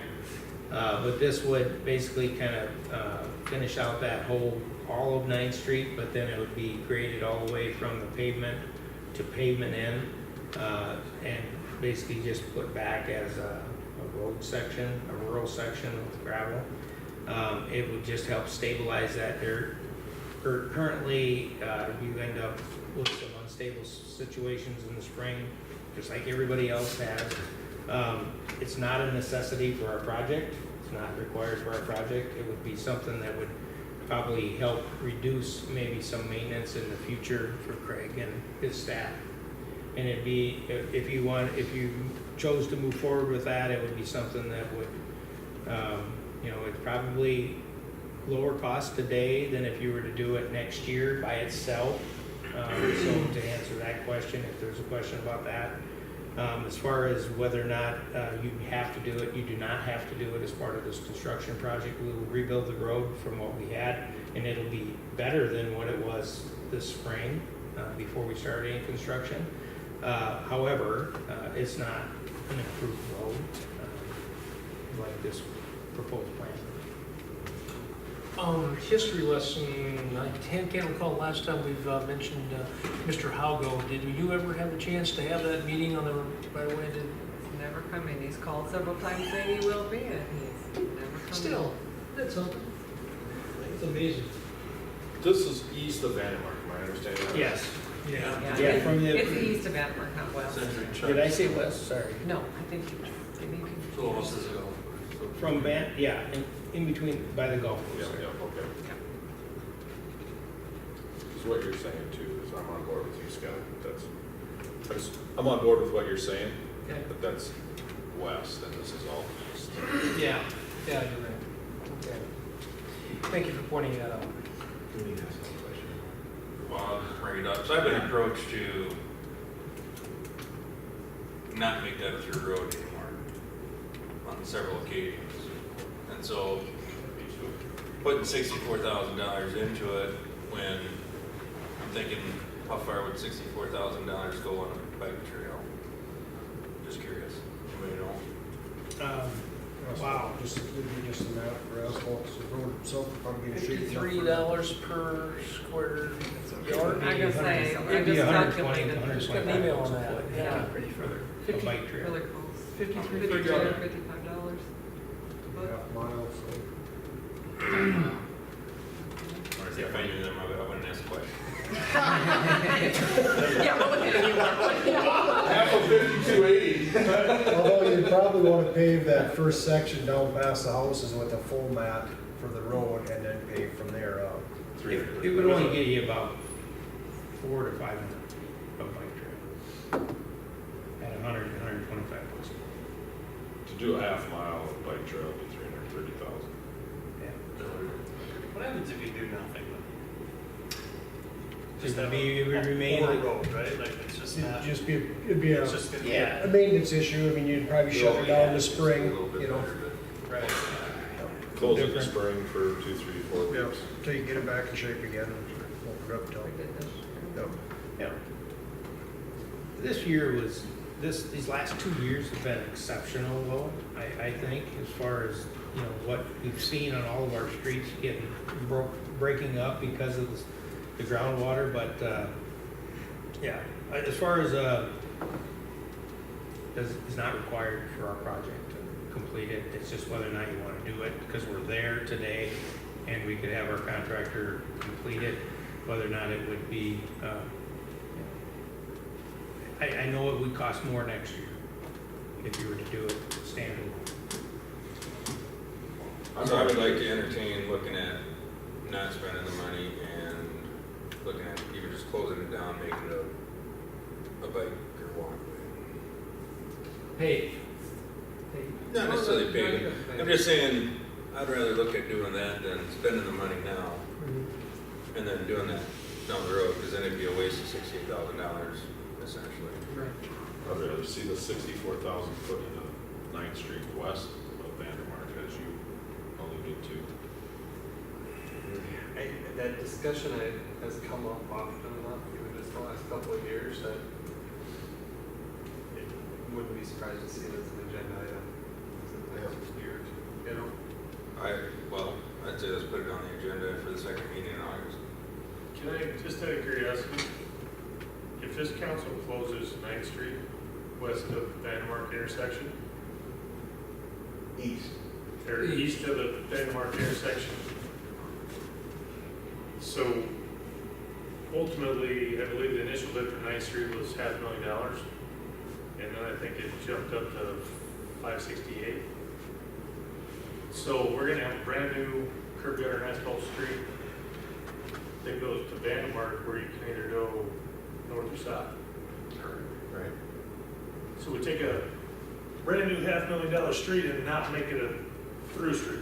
We'll close it after we build a $600,000 street.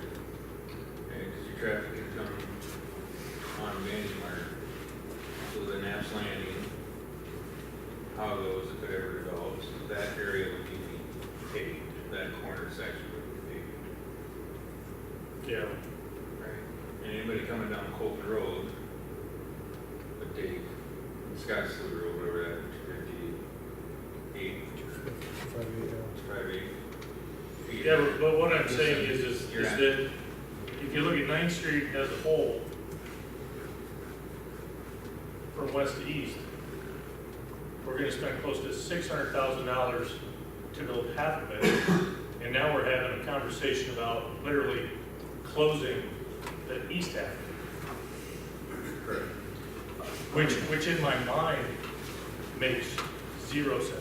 I'm gonna jump on board with you, Mark, because I currently live at the end of the longest cul-de-sac in Hartford. And if you close 9th Street and you force Jim Driscoll to pick a route, north or south, he's gotta come down Partee, down Vandermark, down 9th, or out to the Colton Road, down 2nd, down 38, to get to that, you know. Yeah, so I've had many people approach me about closing 9 too. I know where you're at, but I think it stunts our traffic flow to the point that people don't realize how that would impact all of those folks coming from those rural areas between here and Lyons and Colton and Crooks. That's my opinion. I think it'd be, to your point, Mark, I think it'd be interesting. I don't think the traffic, in my opinion, I don't think the traffic that's traveling west on 9th from that area necessarily goes any farther than that. If they're traveling that gravel road between the golf course, it's not because they want to get to the trailer park or because they want to get to Highway 38 that way.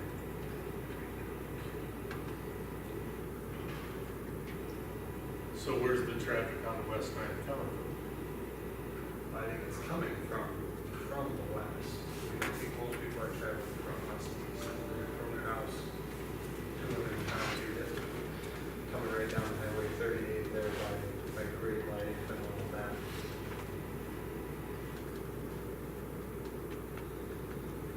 But back to Travis's point, I don't think you want to push them people to come off Colton Road, take a right onto Partee, come around.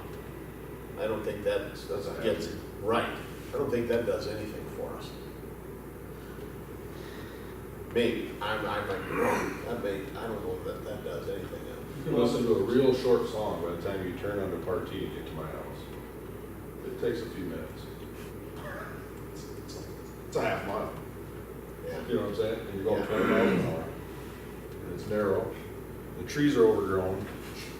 Half the lights don't work. These kids are on their bikes. I mean, look at the, Any motions on the change order? Not yet. I move the table until our next meeting. Table, do we have a second? I'll second. A motion second, no discussion on the table. Ryan? No. Jones? Yes. Brenneman?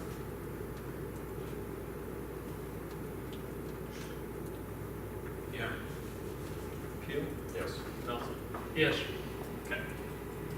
All right, let's table. Thank you. Any other items? I don't, unless you have some questions for me. Thank you. Thanks, John. Next up, Greg. Yes, so- into that, since you brought it up, what is our process? Where are we at with that improvement on 90?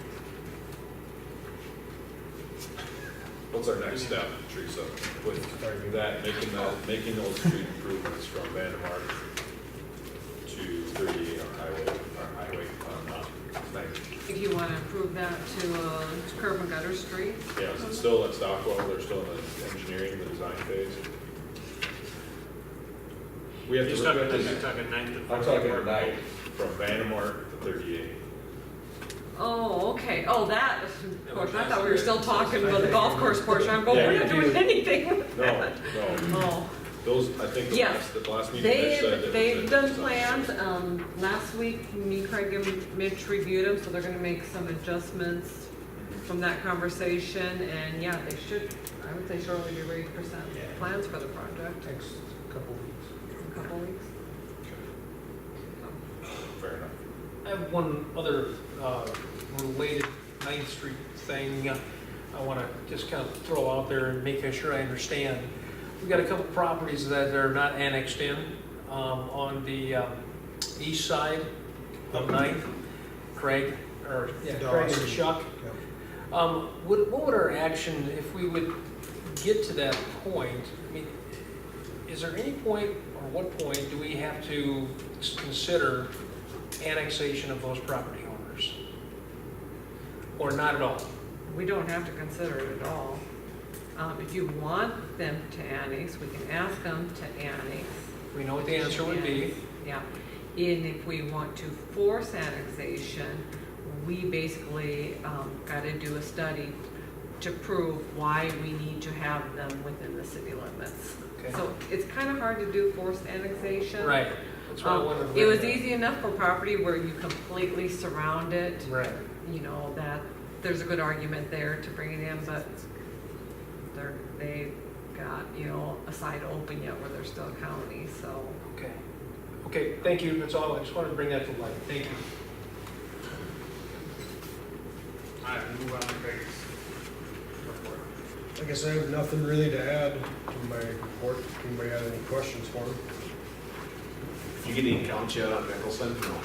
No. I was gonna take them off on next Monday. Okay. But I think somebody went along there and pulled some spikes on one side or somehow, whatever. It got to reset the one, but, Okay. so I'll get them back in tomorrow. Okay. I'll have the results of them on Next next one, Monday. runoff contest down This is kind of twofold. I talked about it last meeting. I'll keep talking about it.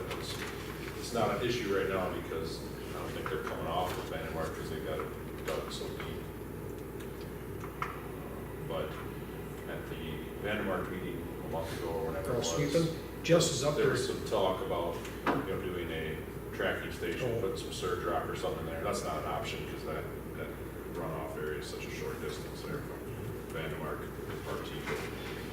The sweeping, literally, it goes, that debris, that gravel, finds its way all the way down to 702. Jess is up there last week with it, saying, when he's out, he said, make sure you hit that part of Partee or do the whole Partee. I think he did. I don't think he made it that far. I'll have to check with him. But that contractor doesn't sweep it on a regular basis, and that's what the We can- super rep had said. Okay. Currently, it's a little bit difficult because Vandemark is completely closed. You have all of those 4 residents on Vandemark parking on Partee currently. So it's not very practical currently, but as soon as that opens up again, We'll need to keep that. I would say that it needs to be a top priority because it Okay. just finds. I can further pass and that further and information further on down. to contractor too. The I'll problem mention- is the highway with the debris, gravel and stuff on the construction site. 38 Oh, is just 38, bad. yeah, they were up there sweeping on that a while ago. I imagine it's bad again now from everybody in and out of there. So the contractor's supposed to stay up on that. Yeah, they are. That's part of the SWIP. I mean, they're supposed to be doing that on a daily basis if it needs it, so, we'll follow up with that tomorrow. But all the projects, so.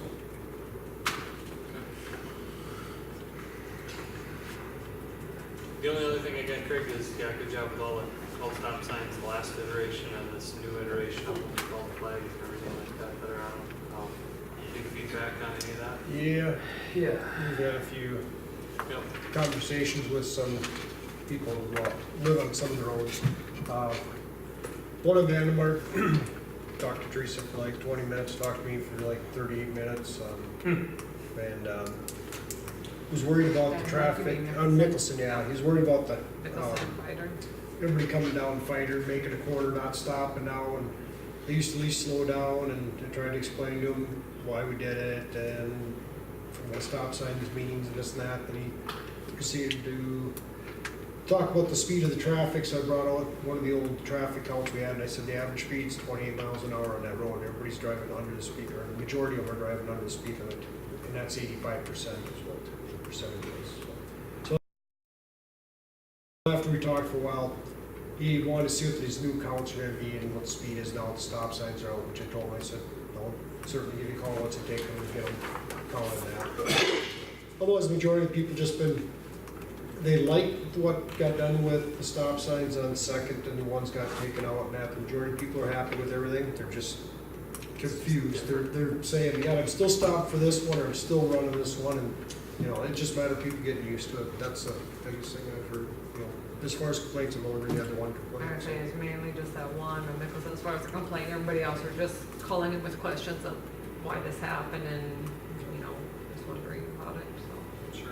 And I we'll think be I'll be changing. getting a Christmas card from some folks down in your neighborhood, or, I don't know, just running up into them out in public there, like, they weren't in support of that stop sign being removed until it was removed.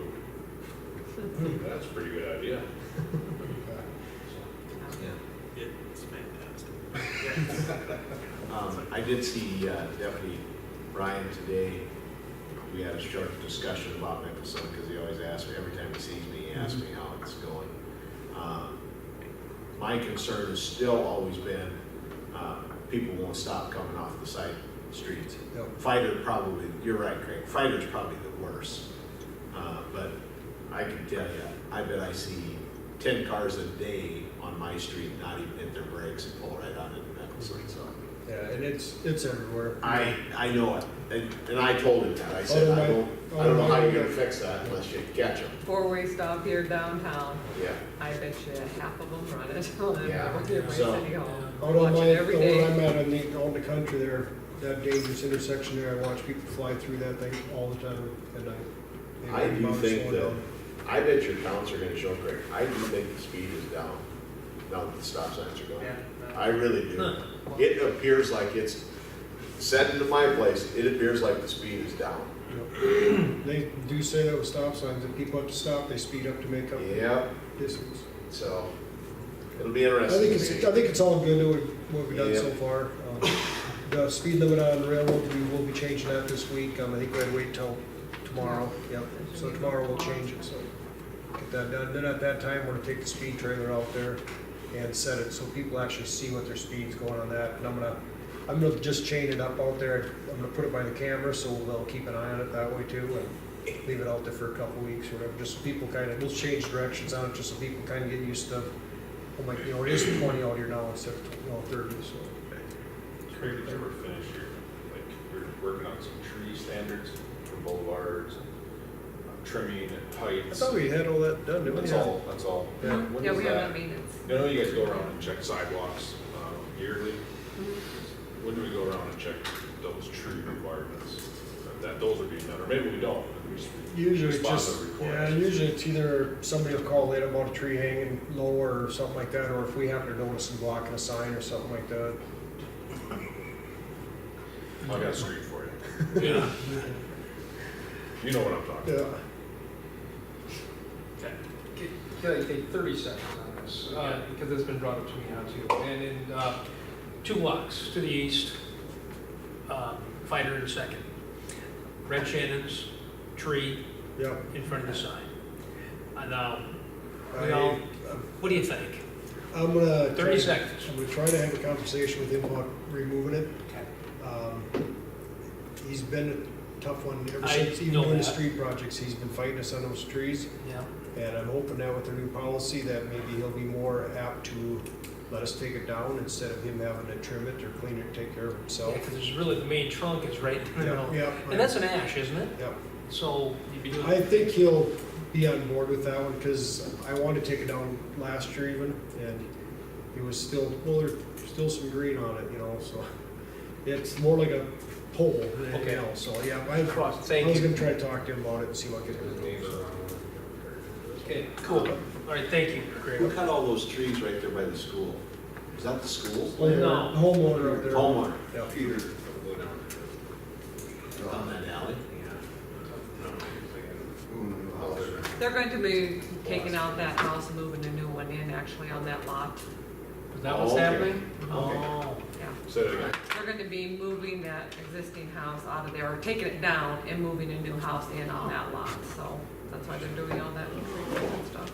Interesting. Okay. What you got, Mark? Moving on. Moving on. Sounds good. Any other questions for Craig? Thank you. Thanks, Karen. Thank you. Karen? I have nothing to add to my report. If someone has questions. The only thing I had, so you're getting pretty close on the maintenance Yes, I went to the county today, and between the Register of Deeds office and the Equalization office, I was able to get all of the parcels except one, which now I'm gonna ask Craig and the guys to see if they can locate the pins and then manually take a measurement for me. So then we'll be done with that part, so. Should have So that within in the time for next budget. month or so, yeah. Okay. Thank you, that was huge. That's Yep, huge. we were That was- working all winter, so. It's quite an Yeah. undertaking. It'll be nice. How many parcels are there? Oh, gosh. A lot. A lot. I didn't take Let me top my head right I now. didn't take a tally, but there's a lot of divisions and, so. But it'll be easy going forward, just to update it every year with the roll book, so. Hardest part's done. That's good. And I know, we're halfway through the year and the increase on the first and second penny sales taxes seems to be, those numbers seem to be there to stay, like that's a continuing growth there for so far for this year. Just curious, do you have, not that you have to present a full council, but if we were to say, hey, do you have the June 30 number for 16 and 17 also? I think I have it in my file here. Oh, really? Teresa's report that she puts together. Those financials are in your box. Are all in We there? used You to can look always back, be- if we yes. go back into those? Okay. Yeah, and it has If the you go in the box under financials, it that has sales the tax history report's there. back to 2014 on it. Okay, that'll solve my curiosity Yeah. later. I would have to add them in my head, and that would be slow, so. Good, But yeah, they're there. Good, thank you. All right, anything else for Karen? Okay, fine, we'll move on to Teresa, thanks. I have what I put in my report. John kind of alluded to that drainage way on Sagehorn, where the only action we've taken is I sent out letters to the property owners asking them to contact me, seeing if they'd be interested in turning the, city over, or the property over to the city. I heard back from 3 of them, fourth one just last week again, and nobody else has contacted me. So talked with Jeremy a little bit. I'll send out another letter and say we're gonna put this on our next meeting agenda. So we'll have Larry present, in case any questions come up as far as what we can do, what we can't do, and then we can proceed from there. Or not proceed. A couple things that aren't on the report, I just want to let you know, I did send out an email for those that haven't seen it. There is a peddler out and about. We just issued a license today. It's one gentleman, he's out selling educational books. He's been in town before.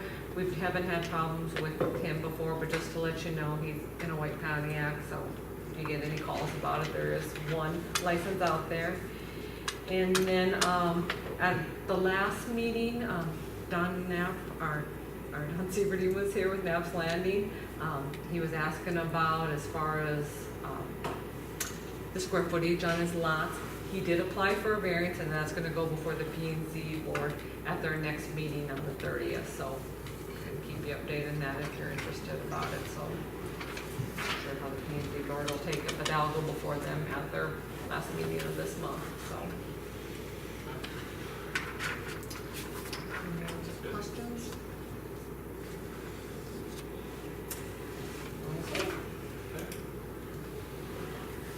all right, we'll move to new business. We've got the purchase agreement, reviewed purchase agreement between the city of Hartford and Richard Brower. Okay. Summarize that. So Larry drafted this purchase agreement, and as we've talked in the past, Richard Brower owns the property between Sam Masson's development and Jeff Zacharias, like John was talking about. He owns a strip of property in there that he basically was going back to the county for back taxes. He's agreed to, if we would pay off his back taxes, pay him $2,000. And any costs associated with it, he would sell the property to us, so we would get a clean deed to the property. So that's what this purchase agreement would do when we move forward. There's a property owner in between there, though, isn't there? There's one to the south, but he'll make a connection. It goes Jeff, Sam, then there's another one.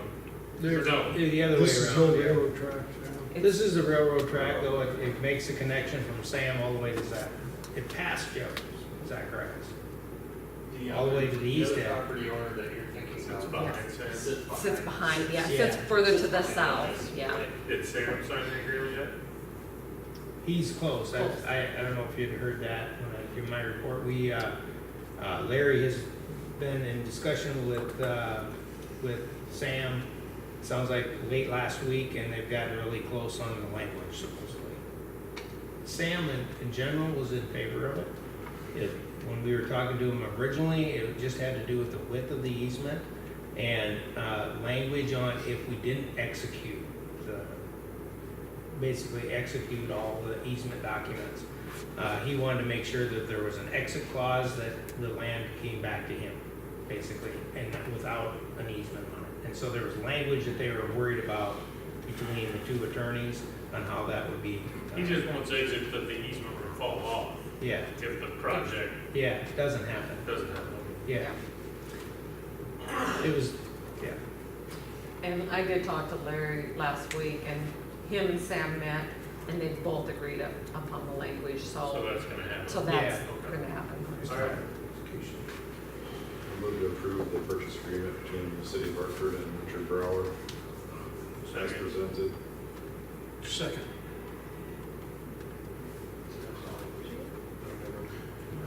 We'll take March first. Okay, Mark. Do we have to sign this tomorrow? What? No, don't have to sign Battery it tomorrow. died? So we could, Did you second that? So why don't we do lunch? Terry, wait a week or two to see Oh, to if see if we the get other, the other agreements, yeah. other okay. agreements come in. Yep. No, I wouldn't wait. I don't know. I get I anyone think you this can get one's signed, valuable. we need to get signed. Alright. I would suggest we move forward. Yeah, I don't know, 25 cents or something. This is the, Yeah, I get what you're saying. Should do. Right, so I get back. all this Any other is Brown. Thank you. Now we'll vote. Nelson? Yes. Field? Yes. Brennan? Yeah. Jones? Yep. Yeah. Alright. We got some proposed ordinance changes. Couple different ones in there. Okay, just before we get going, so I understand, this is to make an ordinance change, propose that we go through.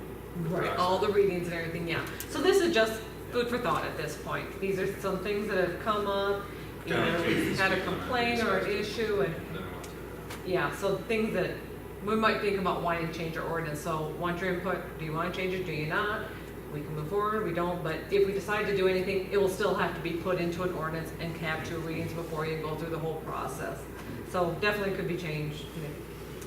So the first one is about camping in the park. And as I put in my report, since I've been here, and I think many years before, the state has always kind of let camping in the park for up to 3 days. We've had a few people take advantage of it here and there with it. You know, we don't provide any facilities, we don't let them use our electricity, but you know, back when it was first implemented, the park restrooms were open 24 hours, so I mean, they did have access to them. And then we didn't have any hours on the park either, so we didn't have any closed hours or whatnot. But since that time, now we do have closed hours for the park, so you know, when you shouldn't be in there. So, and we're closing the restrooms, so, you know, we got to talking here in the office, do we want to continue allowing camping or not? It's really not set up for a campground, really doesn't have the facilities. You know, it's hard for deputies to know, well, is that a camper, is that just somebody goofing around in there? What kind of started the conversation is we did have people that were camping in the park this last month, and they asked if they can have the restrooms open. Well, you're right, we're closed now, so now we had to contact the sheriff's department, see if the deputy could go out there and open them, and you know, it's just kind of more of a It's not a process. designated campground, I don't think we need to facilitate somebody's request. Right, But I could pull in there with my camper, I have water, I have a toilet, if I fill it before I get there, I Yeah. can camp for 3 days. yeah, and some do, and you could, And if I have a tent, I just might want a tent, but then they don't have a bathroom.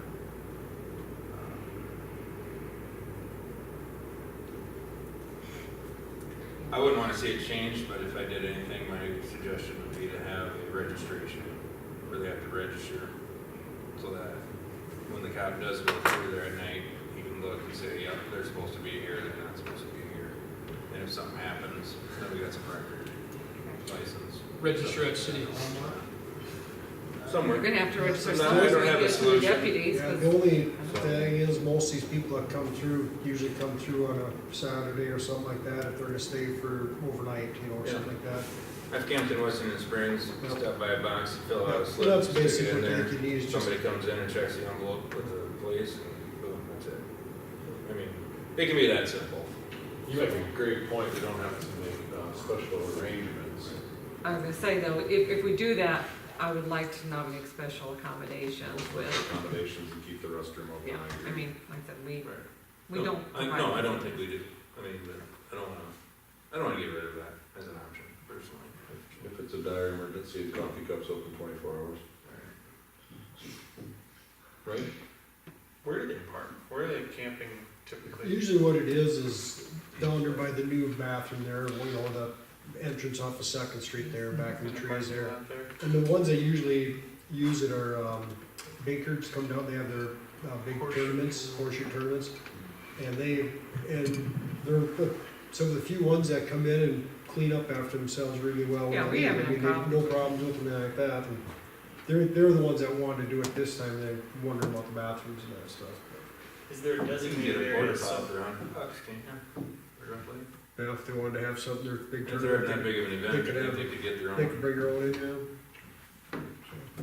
It's not necessarily is a designated area. So if I wanna go pop tent up in the middle of campground, I can stay there for 3 days if I want to, and then I can go move it to a different park, not the campground, in the middle of the park if I want to. And if I go and park my camper, my fifth wheel in the middle of the damn park, nothing says I can't do that, right? Well, no authorized vehicles, Yeah. you know, on grass, in the grass area, you can't bring them, you could park it in the parking lot area. I know it's not a problem, I'm just kind of being Yeah. facetious, but I could, Well, right? Like, We it's don't do every Well, sign, no, say you right, can't. it is parking lot. well, no authorized vehicles, so if it's a Yeah. No camper. authorized vehicles in the park. In the park itself. And is we have a sign that says that? Yeah. There's, So like you say, the tent there But- would be the only. Yeah, I don't know. Let me throw it, I mean, this I just don't know that it's designed to be a campground. That's where I'm getting at. Probably see once a month in there. And I had a couple from Washington State that was there 3 days, and they left, and they came back. They were looking for work in the Sioux Falls area. Oh, yeah, They came back, he stayed 3 more days, and then they were gone. But they were going out to coffee cup and shower and stuff. They were staying in a tent on the east side. Jeez, interesting. Had a motorhome pulling a car in there one morning and stuff. There was people coming off the highway. It isn't a lot of stuff. So is Mark's fifth wheeler allowed to, is a fifth wheeler, right? I assume, to pull in between the trees in the slot on the east side of the parking lot? Where the burnout, there's probably not, are they? I can't imagine. signs say no unauthorized vehicles, that would be considered a Yeah. vehicle.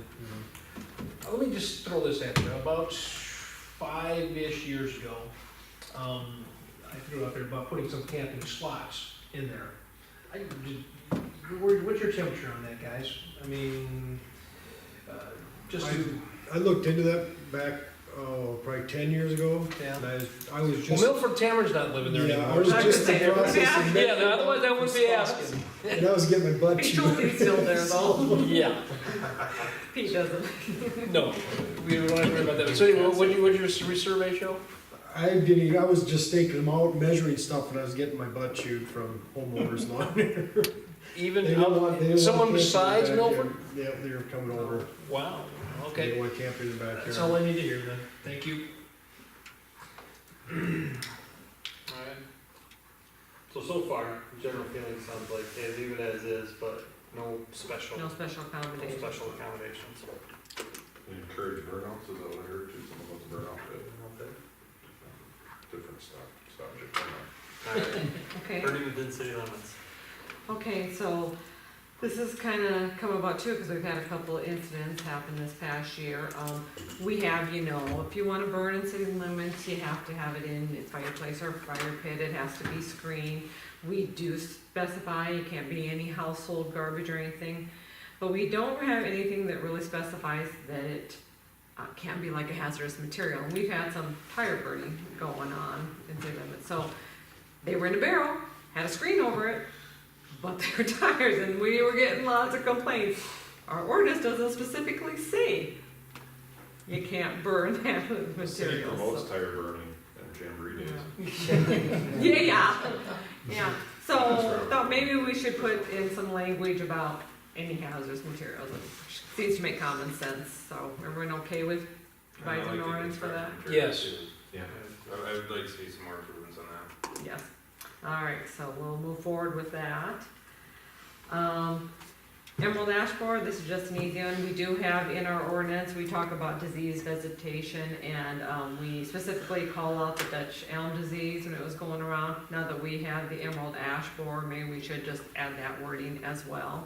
Pretty straightforward and simple. Everyone okay with? That makes sense. Yeah, okay.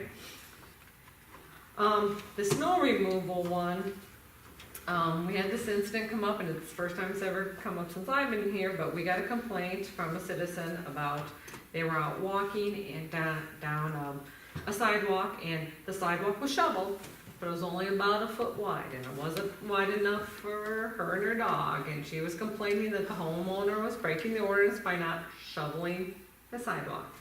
He was confronted with it. He was saying, my sidewalk's shoveled. It doesn't say how much I have to shovel, you know, which it doesn't specify how much. It just says you have to clear your sidewalk. Well, what's a sidewalk?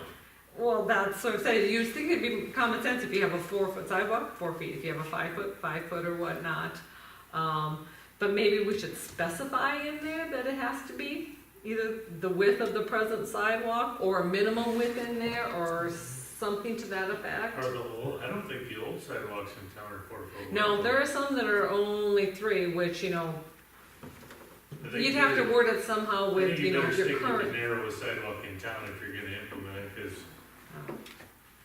Or do we say whatever your current sidewalk is, the entire width? So if you have a 4 foot, you gotta do 4 foot. You got 3 foot, you gotta do 3 foot. There you go. That's the sidewalk.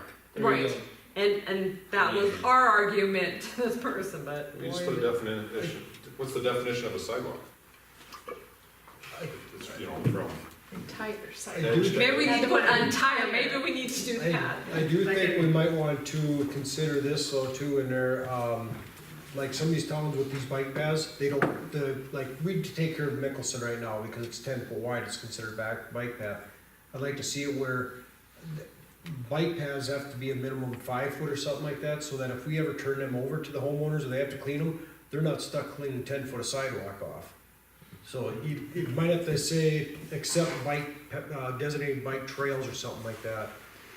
That makes sense, yes. Cause like I said, I would get confused. I think that would be. cause like I said, if should we we turn address those that at this over, point? those people are gonna be not happy if they have a bike path, if they ever have to clean them, and they have to clean a full 10 foot of sidewalk. Let's finish the scenario of the 1 foot wide shoveler. Yeah, You guys take a stance and you say, no, the sidewalk is the sidewalk, right. the from entire edge sidewalk. to edge. And you fine him. And he contests the fine when he stands at the podium. And then, I don't know, you have to change it. I mean, it's just common sense. But you For me, wouldn't be able to contest it in front of you guys, you'd go to a court, You go- and well, how would the judge interpret it? So I the can clearer tell you have it, last the better. winter around town, we probably had at least 20 places Yeah. like that. That's what we need. The other issue is that with it not being like that, we do have some people in town who have service animals with them. So then we get into a disability situation. That's why we want specific language, so we don't get into that condition. I don't think it hurts to adjust this to say, to somehow include the word entire in there. To me, I think it says, it says, you're gonna keep any abutting sidewalk free from snow. Okay, well, to me, that's the whole thing, but if we need to include the word entire to make it clear, I don't think it's gonna be. I think it just needs to be clarified, And yeah. I'd probably leave off, in my opinion, leave off the piece that Craig's talking about until we're ready to turn some of those over. Yeah. to property. Worry about that. Yeah, do that later, that's fine. So while we're at it, can we make homeowners clear hydrants? We tried that once before. Yeah, we've talked about it. Maybe? We didn't like it. Yeah, We don't require it now. Yeah, I know, but bringing it up again, I just will throw it out there again. Love talking snow in the middle of summer. It's about 100 degrees. It's too late. If you want to spend, get some time to put it I think we Yeah, should, 'cause we don't require it so now. we're talking about it, I'd like to just have an ordinance that the city doesn't dump snow on your shoveled sidewalk in the intersections and leave a mountain of piled up snow at the end of your sidewalk. I'd like to see an ordinance with that. I was just gonna bring that up too. Or that Craig sits Because I'll there and tell you waits what. for us to get our sidewalk cleaned, and then he comes flying down Mickelson and fills our new sidewalk. There's nothing that says I'm done with this sidewalk, like 3 buckets of snow dumped right on the end of it. Done. Done for winter. Done. You got a side deal going with the city guys, huh? Like Terry's got an axe to grind. Just, Never been on your side. they must say, Bring some hey, recommendations. look at that spot where there's no snow, I'll dump it I there. got one more. Yep. Let's Go to the next one. Same with that one. Same with, yeah.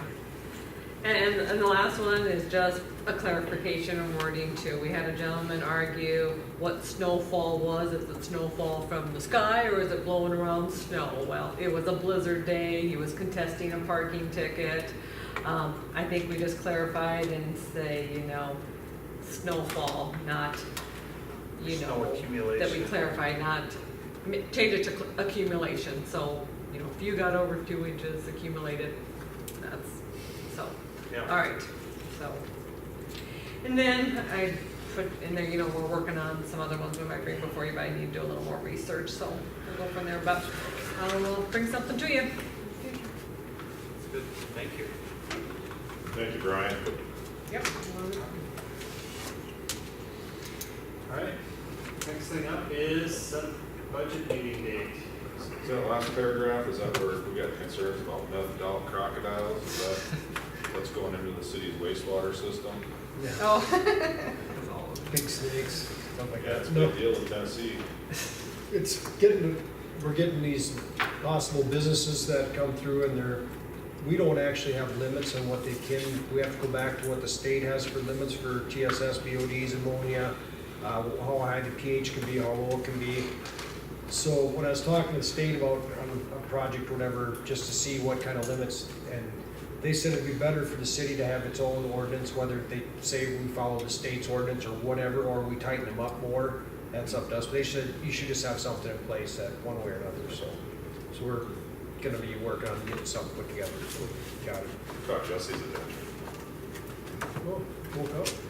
Finally, that's interesting. So that's what that was about, it's just a matter of getting something to either go what the state's recommendations are, go higher, whatever we think it is, and that might be something we work with Stockwell's on to find out, like for plant wise, so if we do a mechanical plant, we wanna make sure everything's right for that matter, so. Sioux Falls has a pre-treatment, ordinance in place, and I think we probably follow that. Probably follow off of theirs or something, but at least put it in You our don't have to ordinance. reinvent the wheel, Yeah. everybody's the same in this region. Probably a good idea with a new car wash coming to town. Yeah, if anything like that, like I said, the state's got their, limits, and that's something that they can go over, but it'd be nice to, like I said, make sure we got ours tightened up right away the Would first that be time. retroactive to any existing businesses? Everybody would have to comply with that? How's that work? We don't have any that have. We don't that have issue. anything right It's a manufacturing company that might, or a paint shop that might have lead or metals like that would be coming down to it. We don't have. It's better to get it in place prior to having something wanting to come in. so. Okay. If there was somebody already in place, we'd have to obviously work with them on that, with a plan, long-range plan, to work them in. Okay. So, All right, 2020 budget meeting, looks like toward the end of August, is that right? Well, yes, I'd like to look at the last week in August because I won't have numbers back from the county as far as our revenue. We usually get that last week or that second to last week. So I'm suggesting like either the 26th or the 28th. There's a P&Z meeting on the 27th, which could be moved probably if there's anything going on. That works better too, but let's see what was. 28th is a church night. 26th. We've had I Wednesday go to meeting church. before, and everyone's been here. I go to church on Wednesdays sometimes. Okay. How's Monday nights for most everybody? Good for me. I prefer a Wednesday, if it matters. Sorry. Well, here's the reason why. The Bike and Rec is gonna have a meeting on the 27th, and obviously, part of that discussion will be budget, as far as budget requests for 2020. So I'm just throwing it out there that, We need to move that. I think meeting. they've already submitted their budget. Did they already got it done? request before then. I got their budget So request. there's Okay. my 26th. then scratch that, we don't have to worry about it, Monday's fine. 26. See how easy going there? What time are you thinking, Teresa? Usually like a Sunday morning. I like starting them earlier start because a little sometimes they early. get long. 6, that works, 6:30. 6:30. I'm gonna be gone, so it doesn't matter. You'll be gone all week? Yes, I am. He's in Italy. I'm gonna be in Italy. Okay. That's not. Mr. Monahan, time? 30. Well, if you wanna have it early, I think you better have it on a different day, but, I mean, I can. Yeah, I should be able to make 6 or 6:30. Won't have that early. Well, yeah. What's that? 6. We could do 6:30 if that. I don't, it never hurts to get started early. 6:30 something.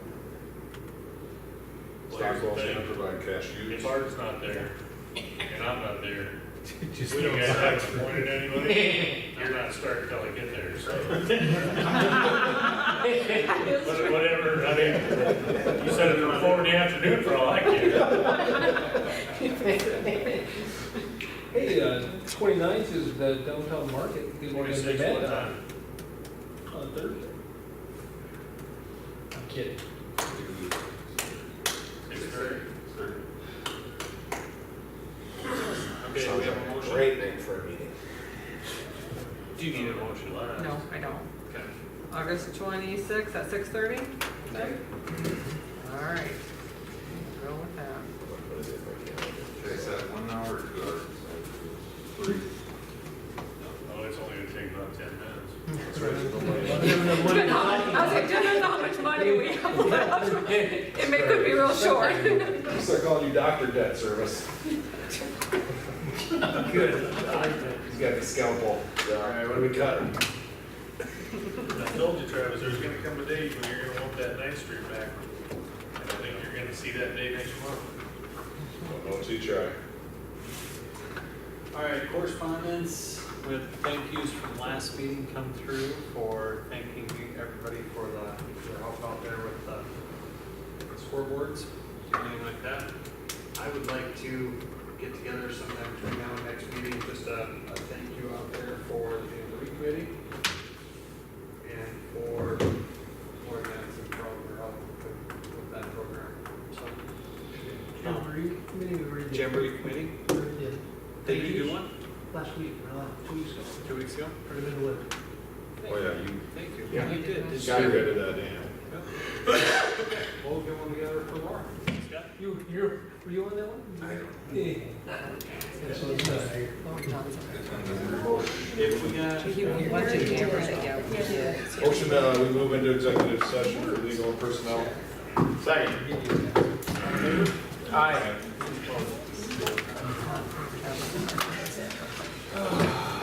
Good.